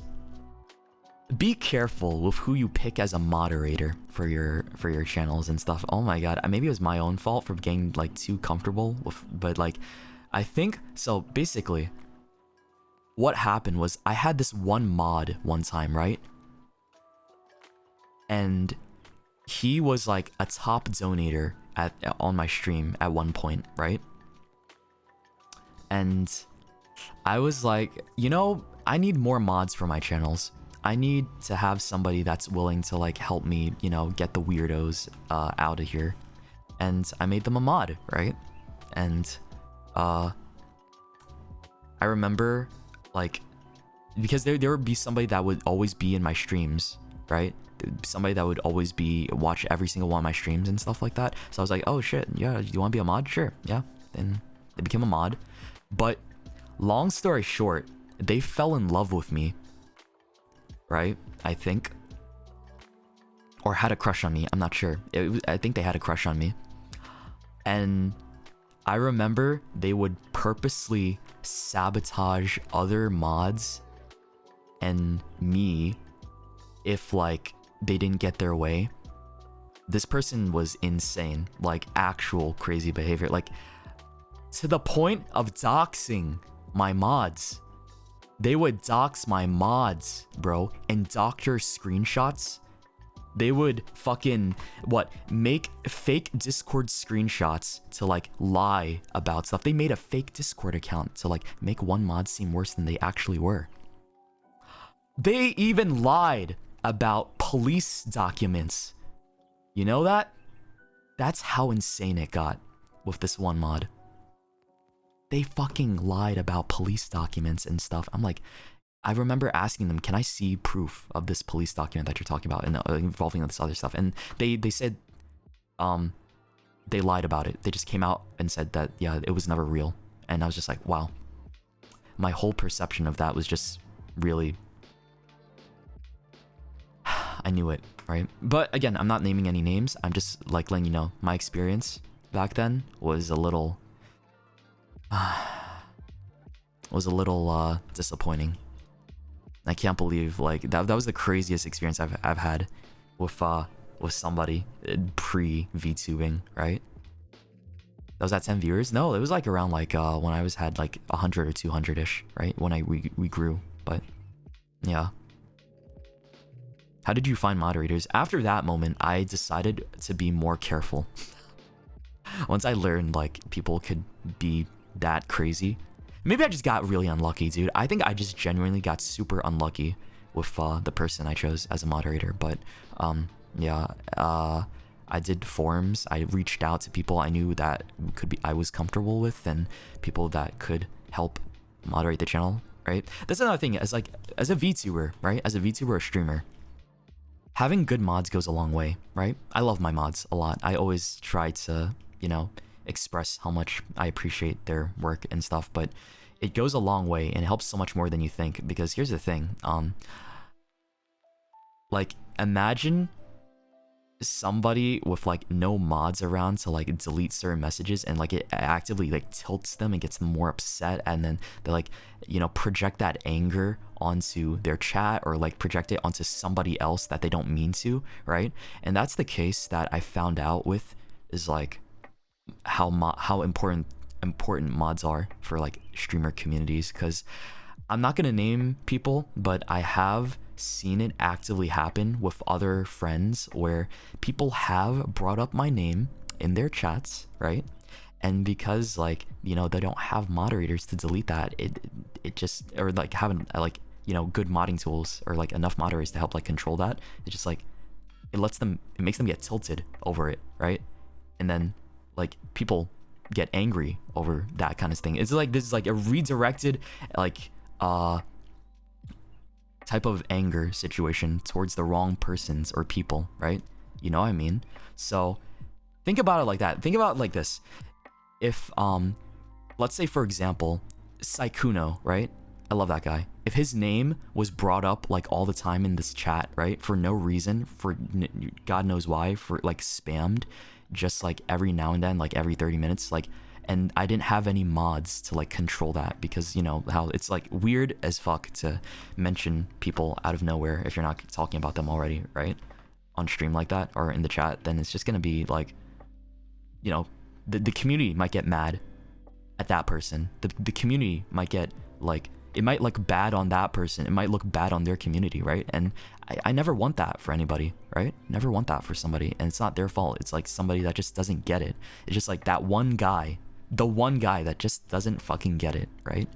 And makes it a problem when it doesn't even need to be a problem. Like, I don't ever think you guys would get upset at Psych or like Ray or Mouse or anybody that like gets mentioned like that, or even Mista, right? Like you guys wouldn't get mad at him if somebody brings up their names in our chats like for no reason, right? Like I wouldn't want to send that kind of dislike towards my friends, because you know I know it's not their fault, right? It's not their fault at all, and it's not their community's fault either, right? Because, you know, it's just a few people that just don't get it, man. And I would hate to, you know, pin that on their community or any community or just them themselves. That I feel like that's just unfair, right? And it just sucks because I've seen it happen where, you know, that kind of stuff is pinned on the community when I know for a fact that's not it. It's not it, man. So, you know what I mean? You guys get what I'm talking about. I think you guys get what I'm trying to say, so.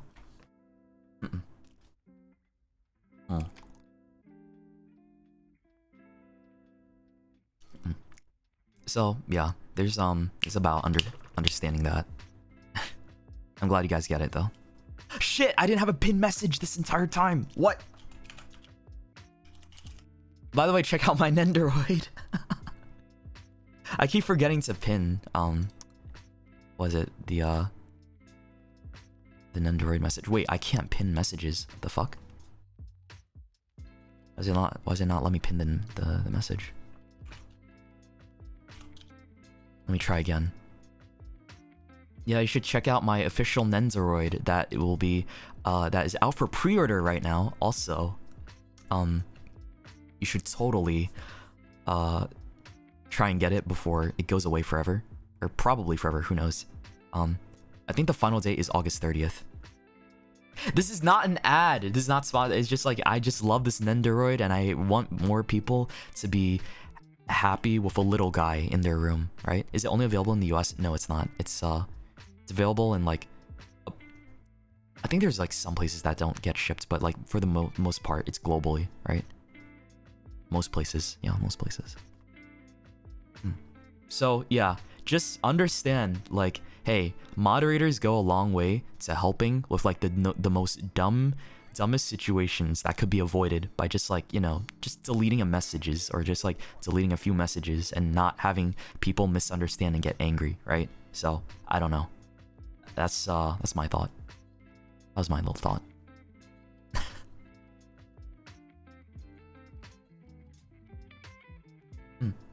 I also can't blame some people because I know like how for example, like for my friends that are on YouTube or stream on YouTube, like they don't have the best mod tools. It kind of just sucks on YouTube in terms of moderation tools. When will they fix it? I don't know. I don't fucking know, man. They should fix it one day or improve it. They have so much money to just invest in that shit too. Like they've hired all these like top streamers for their platform deals on YouTube. Like eventually, I don't know. I feel like they should just, you know, put some of that money into improving your chat boxes and mod tools, bro.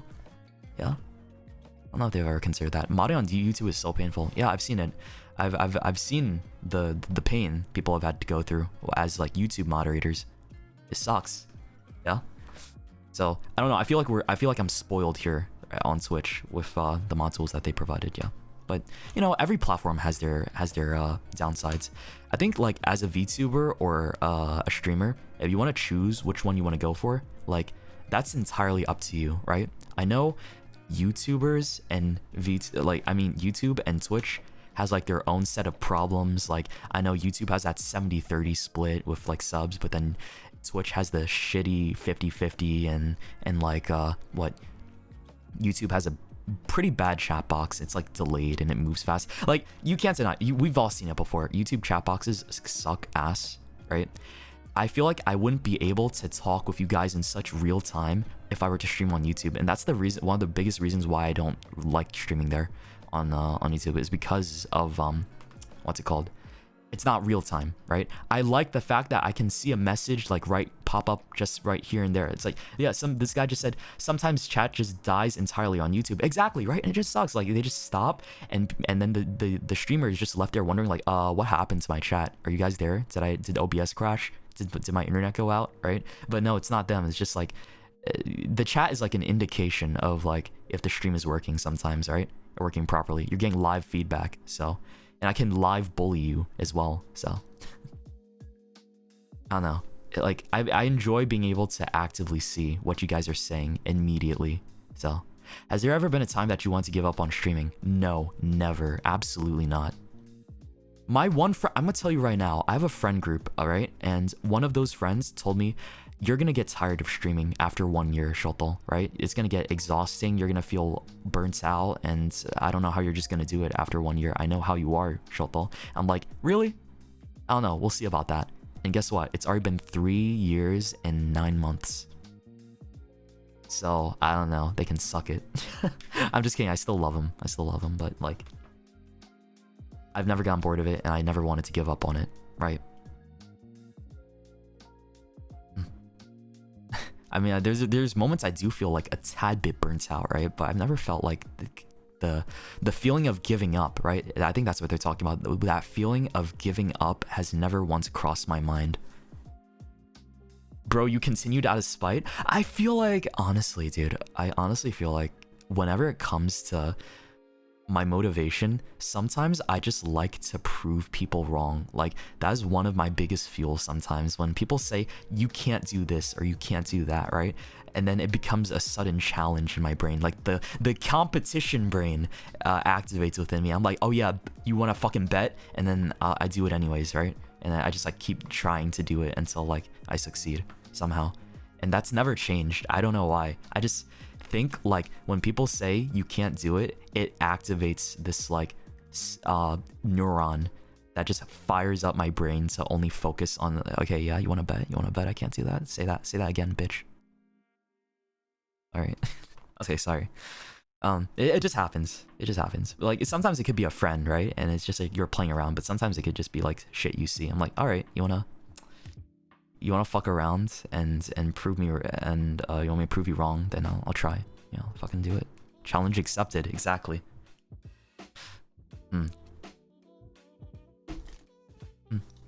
I think I've always been naturally competitive in that sense when it comes to like my personal like you know, growth and like just wanting to just do something. Like, when I say like streaming is a competitive space, you know what I mean, right? Like I get that, but again, I hate how it's defined as that, because I rarely like to see streaming as a competition with others, when so much of my streaming experience has been cooperation and collaboration rather than a competition, right? You know what I'm trying to say? Like, hey, it feels more like a friendly community of a cooperation. It feels like a co-op game rather than a PvP, for people that want to understand that.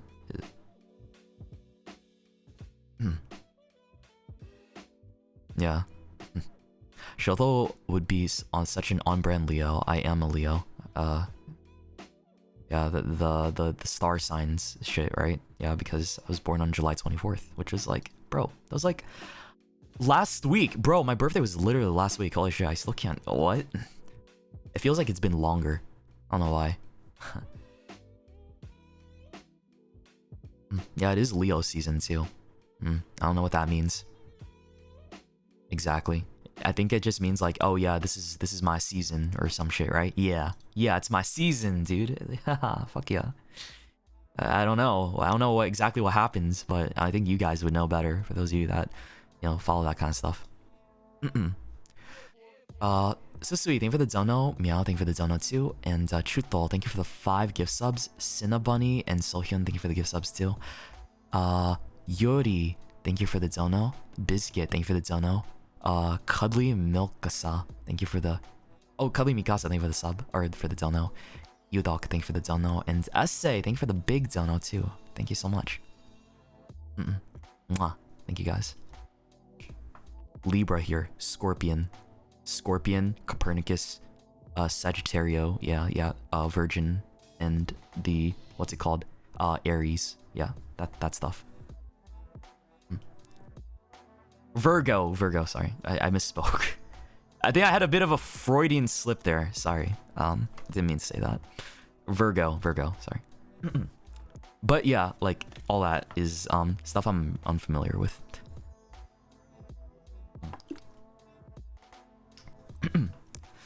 But I think the only other piece of advice I can give is, like, if you do a debut, like, make it count, right? Like, if you're gonna be in a company in the future, or like you just want to do a debut as a VTuber, as an indie, make it count. Show them what you're worth, right? And give them a reason to stay. I feel like it's more so through actions, right? Actions speak louder than words. People always say that shit. So like, that's why I'm like, debuts, I guess they get an idea, but like when you really show them what you like and dislike when you stream and stuff like that, and like how your personality is, and how you, I don't know, how you are when you just play a game or do other kinds of content, that's like my favorite thing. That's where I really get to see you as a streamer, right? Rather than just like take your word for it as based off of your debut slides. Fear of crows. That was a mistype, bro. Okay, well, I don't know why you're still... It's been like a whole year since then. Come on. It's been like 1 year since that typo on my 2.0 debut slides, and people still think I'm afraid of crows, right? I'm not afraid of crows, bro. there's a portion of my community that believes I'm a terrified of crows, man, and it's because of one single typo in my slides, and they will never get over that. Like, I don't have a problem with them. They're pretty alright. I like crows. I like ravens more. I think ravens are more sick. Yeah.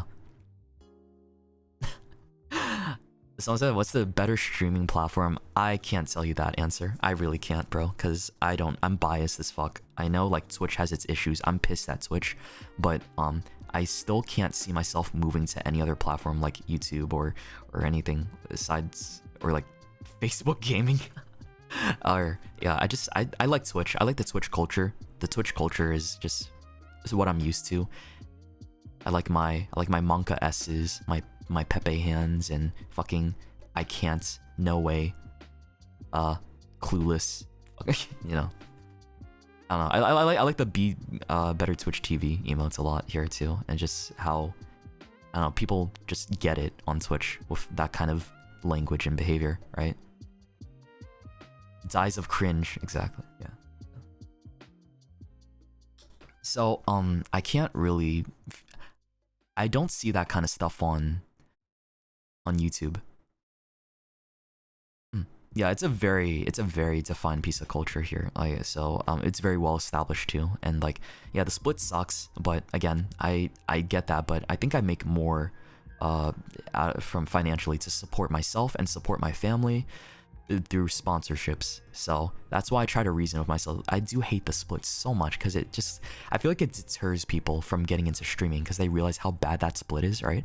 With the gift subs and stuff, or like just subscriptions and all that. But I know, like, you guys do donate, you guys do, like, you know, but you buy my merch and you watch my sponsor streams, and that means a lot. It means the world to me that I'm still able to, you know, do what I'm able to do because of you know, the love you give to each and every one of those streams, right?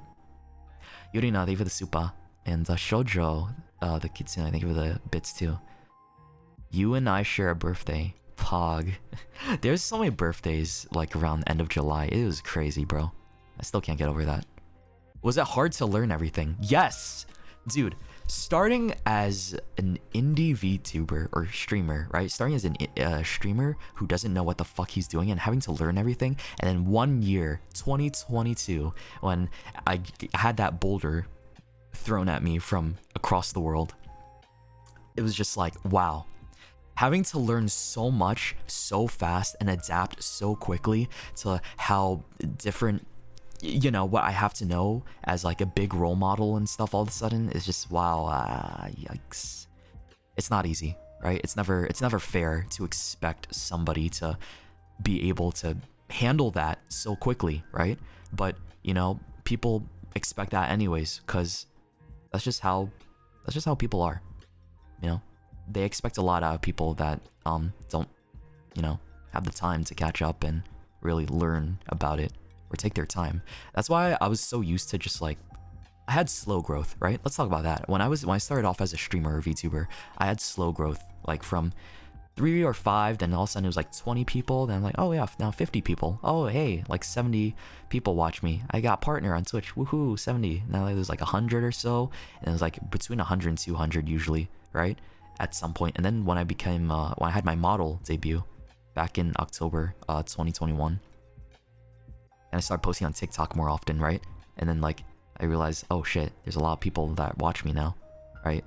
That was a big change. It was a big difference from going from 200 to like thousands. Is just, wow, yeah, a couple thousand was insane.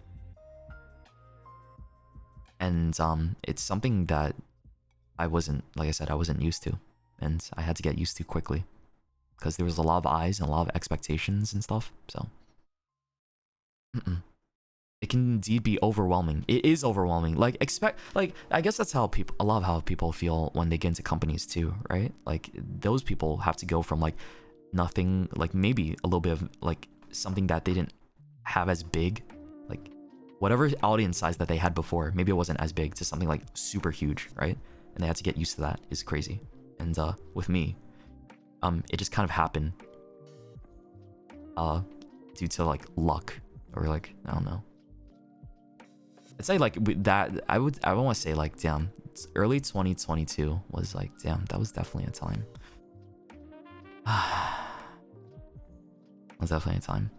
A lot of things happened way too quickly for a lot of people.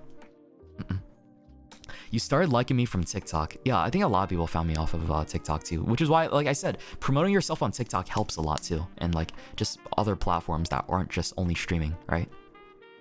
You know what I mean? It's just it's good to branch out and have yourself promoted on other platforms, and we've said this before because it's not easy to just stream and expect anything to come out of it, right? Just purely based off of that. What do you think you would do if you weren't a VTuber? I don't know. If I wasn't a VTuber, then I would still be a streamer, right? Like maybe doing something else as a streamer, but not as a VTuber. But if you mean like if I wasn't a streamer in general, then I don't know. I would still be doing like research and studies, and I don't know. Not being as happy with that job and like job hopping and trying to like figure out what else I want to do, right? Yeah. No, I was not a doctor. I'd never got... No, what do you mean, bro? No. That's a... Dude, fucking going to med school and like having to get like a... Oh my god, that sounds so painful. I don't know how y'all do it. Like having to... The idea of going to med school and like going to like getting a graduate degree is like... Oh god, fuck. That's a lot, man. That's so much. Like... Congrats to you for having the perseverance to do that shit. Like I don't think I could ever do that. It's hell, yeah. That's what I heard from friends. Yeah, some of my friends just started med school, I think, and like, wow, they are going through it. They are going through it. Can't do that, no. Yeah, that's probably what I would be doing. I don't know. I wouldn't be here. And that sounds sad. Like, I don't want to think about... I don't want to be sad, guys. I don't want to be fucking sad about not being here and like having to reimagine the past 3 years of my life as... What? None of this is real?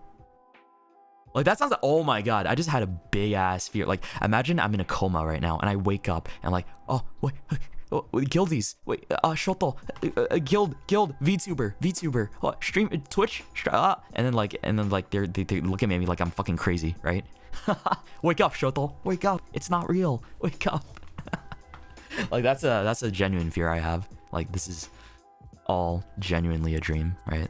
Oh god, and you're just silly guys in my head right now spouting a bunch of like nonsense and making me believe I'm going crazy. Med school is hard, but residency is hell. Oh, good luck, man. You got this. Thank you for the dono. Thank you for the advice. Aside from learning a lot, I'm glad that the things you experienced made you a stronger emotionally and mentally and even wiser. 2023 is my best year mentally so far, man. Oh my god, going to Japan and the Philippines and LA, getting to see all my friends and just like having better streams in general and being happier with my content and like knowing what I want to do with my content is just like, oh. And like I made so many more friends. Like, dude, I feel like I'm so much better friends with like Jake, for example, or like Bao and like, oh god damn it, like Ray and Mi Young and Corpse. Like, god, I'm so happy that, I don't know, things just worked out the way they did and I was able to visit them, right? I was able to visit all of them and meet them in person and just like, hey, have fun. And I can't wait to meet them again. I'm gonna meet them again before this year ends, right? I just want to hang out. I just want to hang out with my bros, the homies, dude.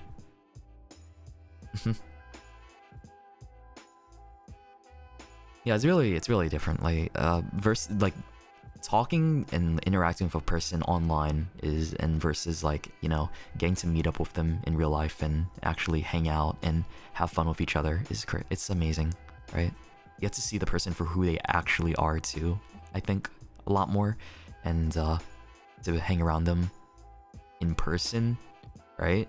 Can't hide many things, and it's just like, wow, I don't know. And then I was just like, my experience was just genuinely being impressed with all the people I've met and like, wow, you're real. Wow, this is awesome. I'm so happy. Like, we finally got to meet, bro, and we get to hug, right? Why are people cacawing? They don't know. They don't know. Yeah. They don't fucking know, dude. Swan, thank you for the donut too. Thank you. I was healed and empowered from today's stream. Your wonderful presence in my heart. I'm glad. See, this is the thing. A lot of people, it seemed like a handful of people were worried about this stream, like what I was going to talk about, but I just genuinely just wanted to talk about my experiences and how like it made me a better person. And that's all it was. Like, this was never meant to be like a rag on anybody or like, you know, make you deter anybody from VTubing or streaming. I want to help bring more people into VTubing, if anything. I want to help bring more people into streaming because this shit is awesome, right? Maybe you want to do this as a hobby and then like make it a permanent thing later. That's on you, right? Or you just want to keep it as a hobby and do whatever you do as your main job, right? That's also fine. Like, hey, this is a fun thing. I like entertaining. I like streaming. I like doing what I'm doing, and I think more people should experience it and, you know, see if that's actually for them or not. And, you know, I know a lot of people would love to do this. But there, I like, obviously the being a VTuber, it's not like easy. You're constantly under ridicule, right? Like, people meme on VTubers a lot. Let's just get that. Let's just be real with that. All right. You see how often TikTok likes to meme on people. Like, you see the shit with like Daka, what happened with him, and then like with Cinder. You guys know Cinder's cover of that one song, and like the metal community like went after her ass, and just it's just this and many other examples of what I can think about where people just, you know, go out of their way to, you know, just shit on you. But like, I don't know if it's just jokes or if people just genuinely just want to shit on VTubers, right? Like, yeah. Can't really tell, right? Because there's some people that generally like really despise VTubers because of the fact that they're VTubers, right? Or like they're hiding their face or whatever like that. And I'm just like, what's the issue with wanting to maintain your anonymity, right? Because I know a lot of people like who are public figures and have their faces known who are exhausted with going outside and don't like, you know, want to be seen, right? Because people can recognize them, right? And then like one positive that I've known as being a VTuber so far is that, you know, I do have that anonymity and that I can feel private and safe when I go out in public, right? And I feel relieved that I can go to a restaurant, I can go to the gym, I can go to the mall or grocery shopping, I could be with my parents, right? Without feeling, you know, like I'm having my privacy invaded, right? So that's it. I guess that's like one thing as a VTuber, if you like really get into content creation and grow bigger, right? Is that you do have privacy and you maintain that privacy, right? As long as someone doesn't scream out Shoto. You know something funny? The person who said that came into my DMs recently and like, you know, gave me this long apology about like saying that, and I was just like, I still have to respond, but like I appreciate that a lot because they know they fucked up, right? And again, it did make me upset because I'm like, wow, well, dude, why'd you just out me like that in the middle of Artist Alley at AX, right? But yeah. They did apologize, they did say sorry and explain like, and I think we're cool now. But that one, it was just like, fuck, bro. It was so anxiety inducing, you know what I mean? It's scary. Some people have like a, you know, genuine fear of being in public and being like recognized in public and stuff like that, or having them seen. So like I can only imagine the people that have those like fears, how they would feel in my situation, right? To be like, you know, pointed out like that. Like, dude, I know some people that get super anxious over that shit, right? That was good of them to apologize. Yeah, see, we talk, dude. Here's the thing. Imagine I named that person on stream, right? If I gave out the name of who said that, I feel like, I don't know, there would be some negative, narrative towards that other person, right? And I wouldn't like that. I would hate for that to happen because I consider them a friend, right? And the fact that we were able to handle it in private and just like, and he apologized and then just like, oh yeah, it's cool, right? Or like, I'm cool with it, right? It's just like, that's how it is. That's just how it should be. I don't know.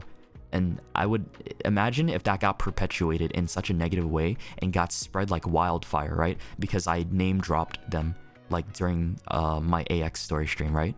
That would be just the worst thing ever, and I would not wish that upon anyone. Like, I don't want, yeah, they would be targeted. They might be targeted by like people who by people who just feel strongly about the subject matter. Like, it might not even be people who are in our community, right? It could just be people who just want to cause problems just for the sake of it, or maybe people that just dislike them and have ammunition to use against them, right? It's a lot of things to think about. It's just Twitter behavior too, right? You know what I mean? So people will use that as ammunition. So it's things you gotta think about like that, right? And you don't really want that to happen to those people, because it's not fair to them. And like, again, if you can just talk about it in private, right? You can just talk about that shit in private. That's the ideal, right?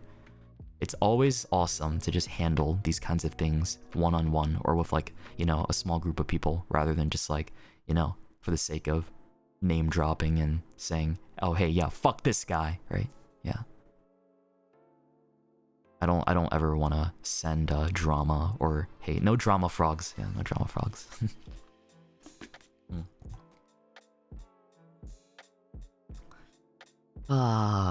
Man.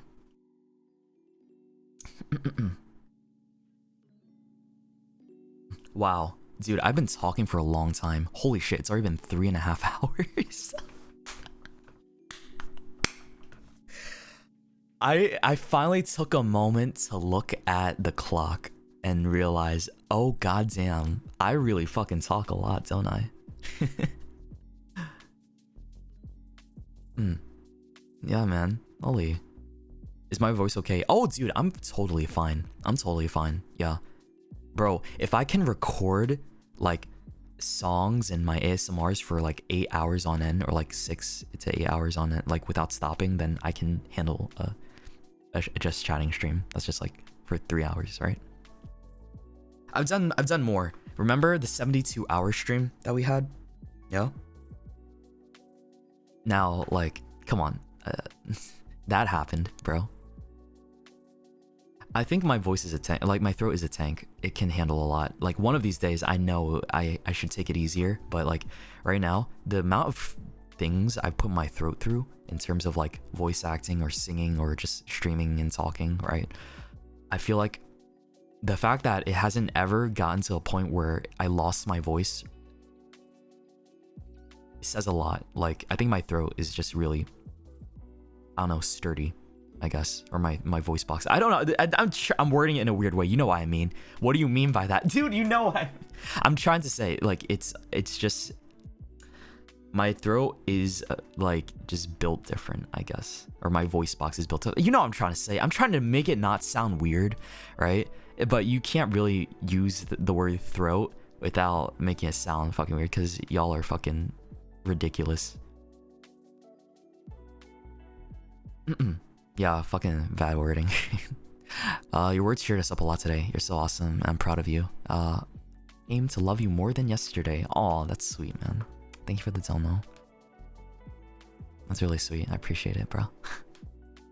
Makes me happy. It makes me happy to know, like, dude, what? You guys felt comforted by this too, right?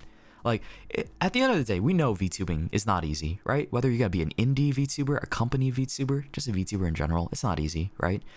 Streaming in general, it applies to streaming too. It's just not easy, right? People make it seem like you just sit there and to be successful, you just sit there, play a game, just like...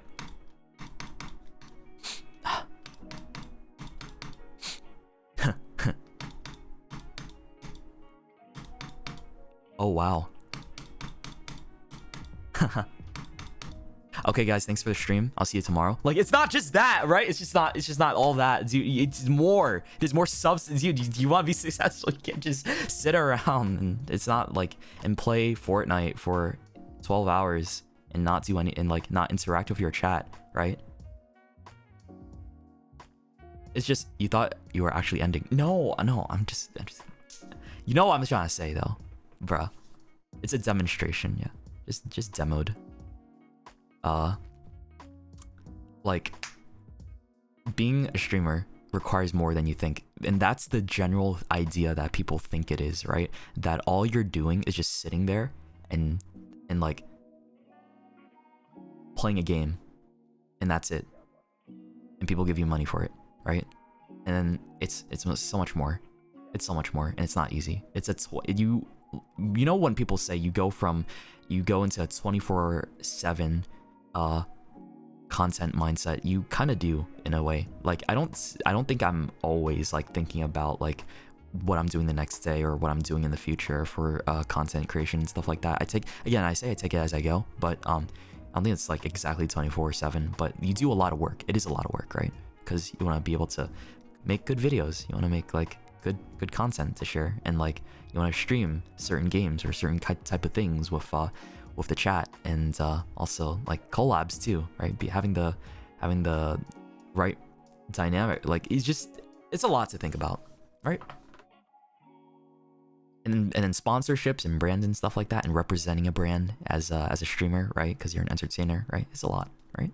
So if that sounds great to you, hey man, I'm wishing to the future, like next years of streamers that come into the space, whoever is going to be a streamer or a content creator, VTuber, whatever it may be, right? You find success in what you do, and you figure out your niche, and that you can, learn from us. You can learn from me or anybody that you watch and look up to. It doesn't have to be me, right? And again, that's just up to you. You make those choices on your own. I'm just here to say what I want to say, really.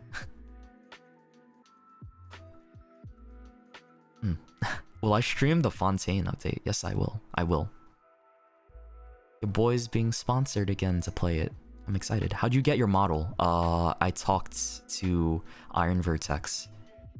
Iron Vertex wasn't as big when I was talking with them to get my model, so I think they were like a little bit smaller. But now I know it's like really hard to get like a commission with Iron Vertex, right? But yeah, I'm very fortunate to want to work with them to get my model. I know they're always big, like, dude, I think their queues are so long right now. Like, they have like year-long or like almost year-long queues for some people to get like a model or like a rig, right? So that's why people like default to freelance riggers or model artists too. Can we get a clown nose? I already clowned y'all already yesterday. So what inspired my model? The fact that I love fantasy and I love RPG games a lot, right? I love rogues a lot, and I wanted my model to be kind of like a representation of what I looked like, and also just in a way, just to make it more, how do I describe it? Like, I just wanted to be a rogue, right? It started off with like a chill, casual demon slaying rogue, right? And then now I have all these other cool outfits and stuff, and I'm very happy with like how it evolved. Why purple? I don't know. The person that helped me design Shoto just chose purple. I actually didn't like the color purple before, and I just kind of worked with it, and then eventually I grew to love purple. I think it was kind of like I got gaslit into liking the color, right? So before, I used to not like the color, and now I do like purple a lot, right? Yeah. Purple, darker colors, right? It all blends. I think it all fits me. So I worked with it, right? And I feel like, I don't know, it's perfect. Yeah. It's perfect. What inspired Haruto? I was fucking around one day and just wanted to give myself pink hair. Pretty much, yeah. You can do as a lot as a VTuber, man. This is a lot as a VTuber while maintaining your anonymity and just having that good privacy, bro. So that's a big perk of being a VTuber. Yeah, I fucked around and found out, like, hey, that's how most of the things I do in life are. It's just like, hey, you mess around and hey, just things end up the way that they do. I need to order food soon, by the way. I'm so hungry. Yeah. What should I get for lunch. I was gonna go to the gym today, but then I woke up and my lower back is like so sore because I was doing deadlifts, right? I hit a new PR. Oh yeah, I did 350 pounds deadlifts yesterday.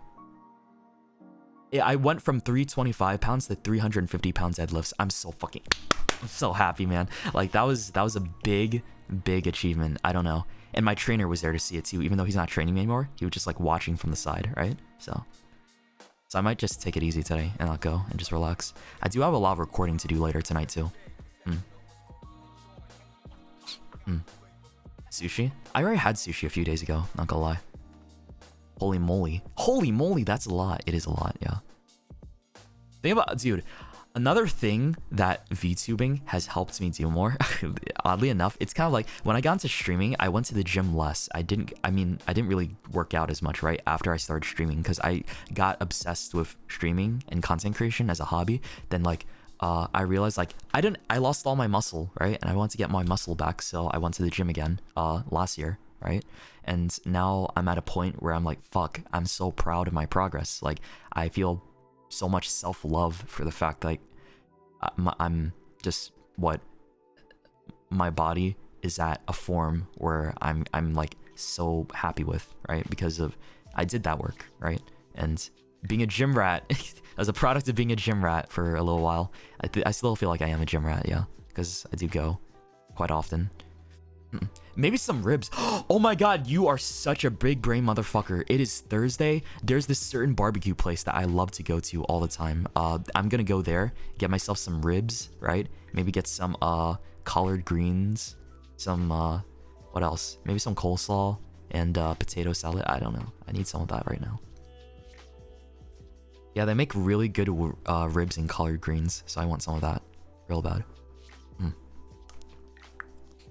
I'll probably get that for lunch then. Thank you. Thank you. Did you finish the PP pizza? No, I didn't. It was still a piece of dough. Collard greens. Yes, sir. Yeah. Mayo? You don't like mayo? I think mayo's alright with certain stuff. I don't like it by itself. I used to be one of those people that hate mayo. You know, I used to hate pineapple pizza too. That shit, like, once I tried it, actually, I realized how delicious it was, and I was a fucking idiot this whole time for, like, you know, just speaking ill of pineapple pizza because I didn't know what it tastes like. I think that just goes to show you, you gotta try it first. You shut the fuck up and just try it and see if you actually like it rather than just ride the hate train, right? Because, bro, I just could not deal with the fact that pineapple pizza was a good dish. And then I tried it and I was like, oh, I love it now. And it is, it's one of my go-to toppings sometimes. I think I like barbecue chicken pizza the most, though, aside from, what's it? Just regular pepperoni, yeah.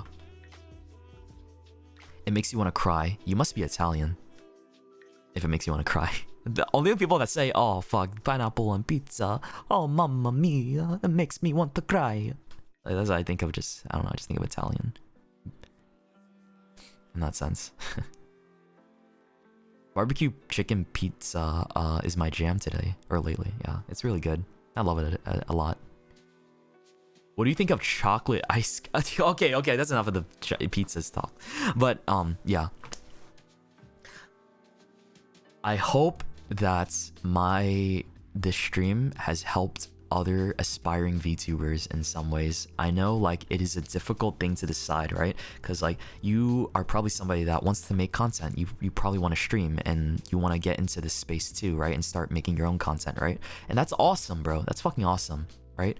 Like, having that aspiration to do so, and you feel like you want to try out like a new role in your life, right?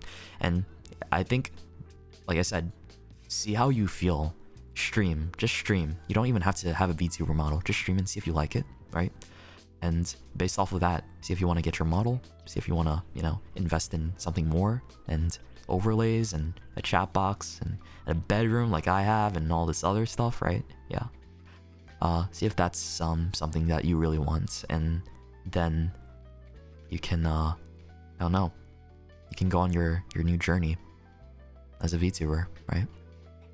Will you continue Killer Frequency? I finished that game, bro. What do you mean? I finished that game.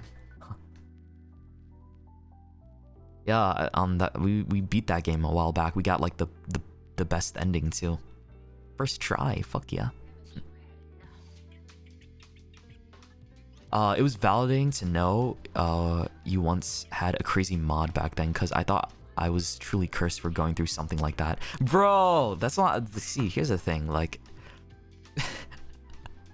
I think it's not as common, it's just we got unlucky, right? With the people, like, choosing who you want to be in a close proximity space to you, like, as a moderator, right? To help you in your community. Because they represent your community too. Like, oh my god, finding out like they were doxing people and like making screenshots and fake stuff and just like falsifying who they were, right? It's just wow, that was crazy. How did I come up with Shoto? Well, because the name Shoto was taken on Twitch, and I thought, oh, I'm gonna be cool and edgy and replace the O with an X in the middle, right? So yeah, that's why it's Shoto, but it's Shoto. But now people see that name and think of Shoto, so I'm glad they don't think Shoto. They just think Shoto. Hopefully, right? But you talk about just Shoto. I just named an OC, one of my old characters, Shoto, right? Because that's it.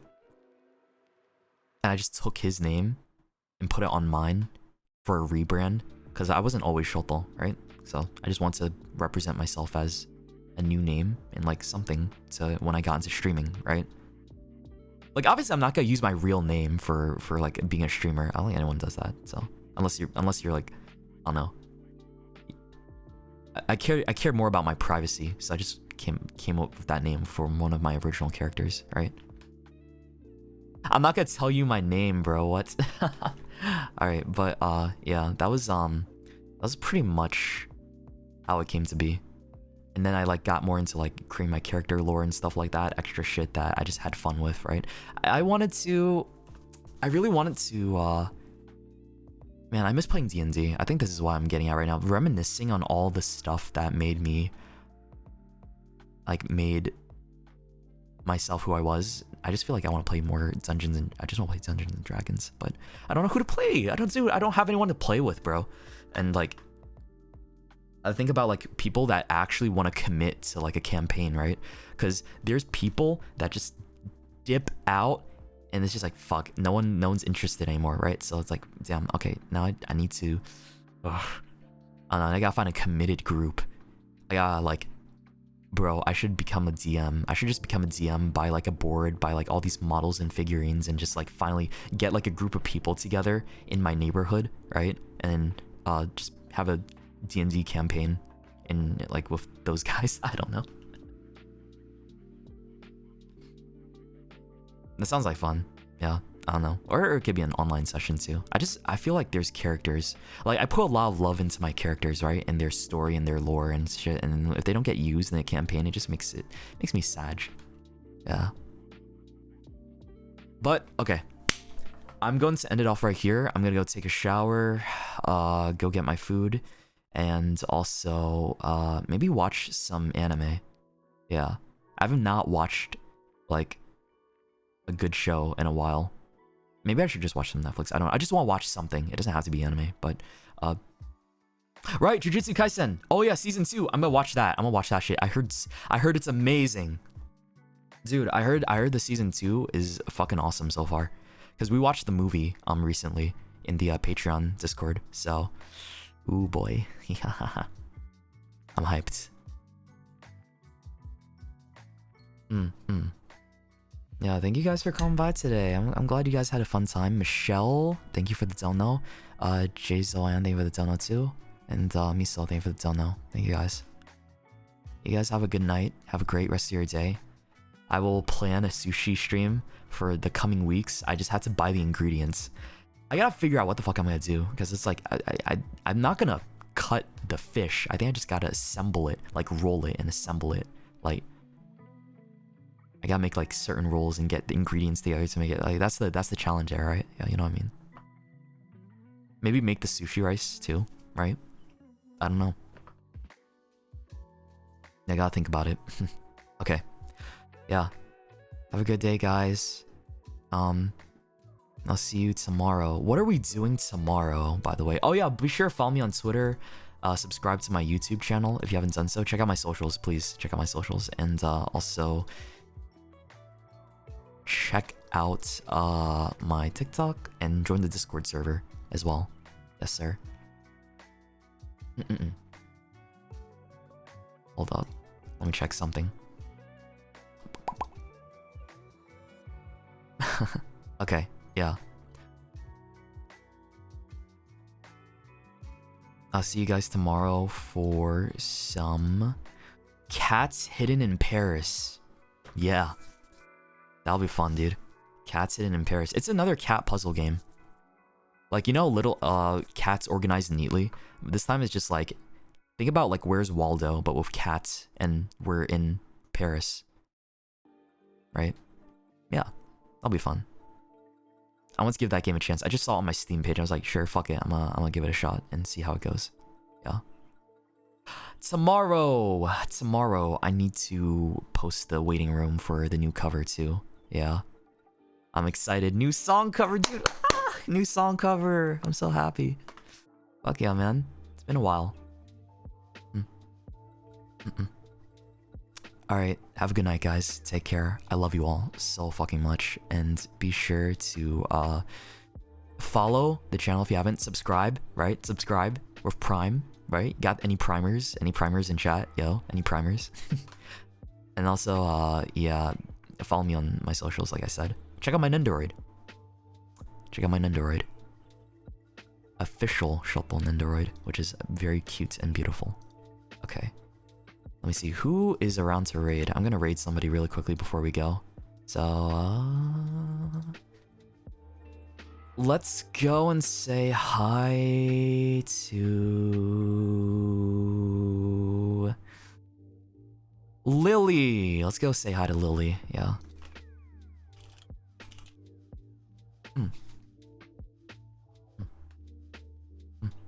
Alright, bye-bye, y'all. Mwah.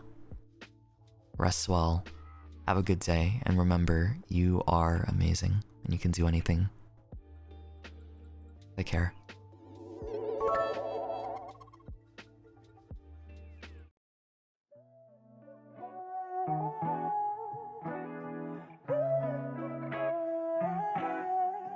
Thank you, Shoto. We've learned a lot from you too. So proud of you. Love you, shits to guild heart. Baby, you don't need to rush or fall in love. You don't need to say a word, just take your time. Ain't nobody just you, girl. Why don't you lose in your grip? I never leave, calling you quits. It's alright.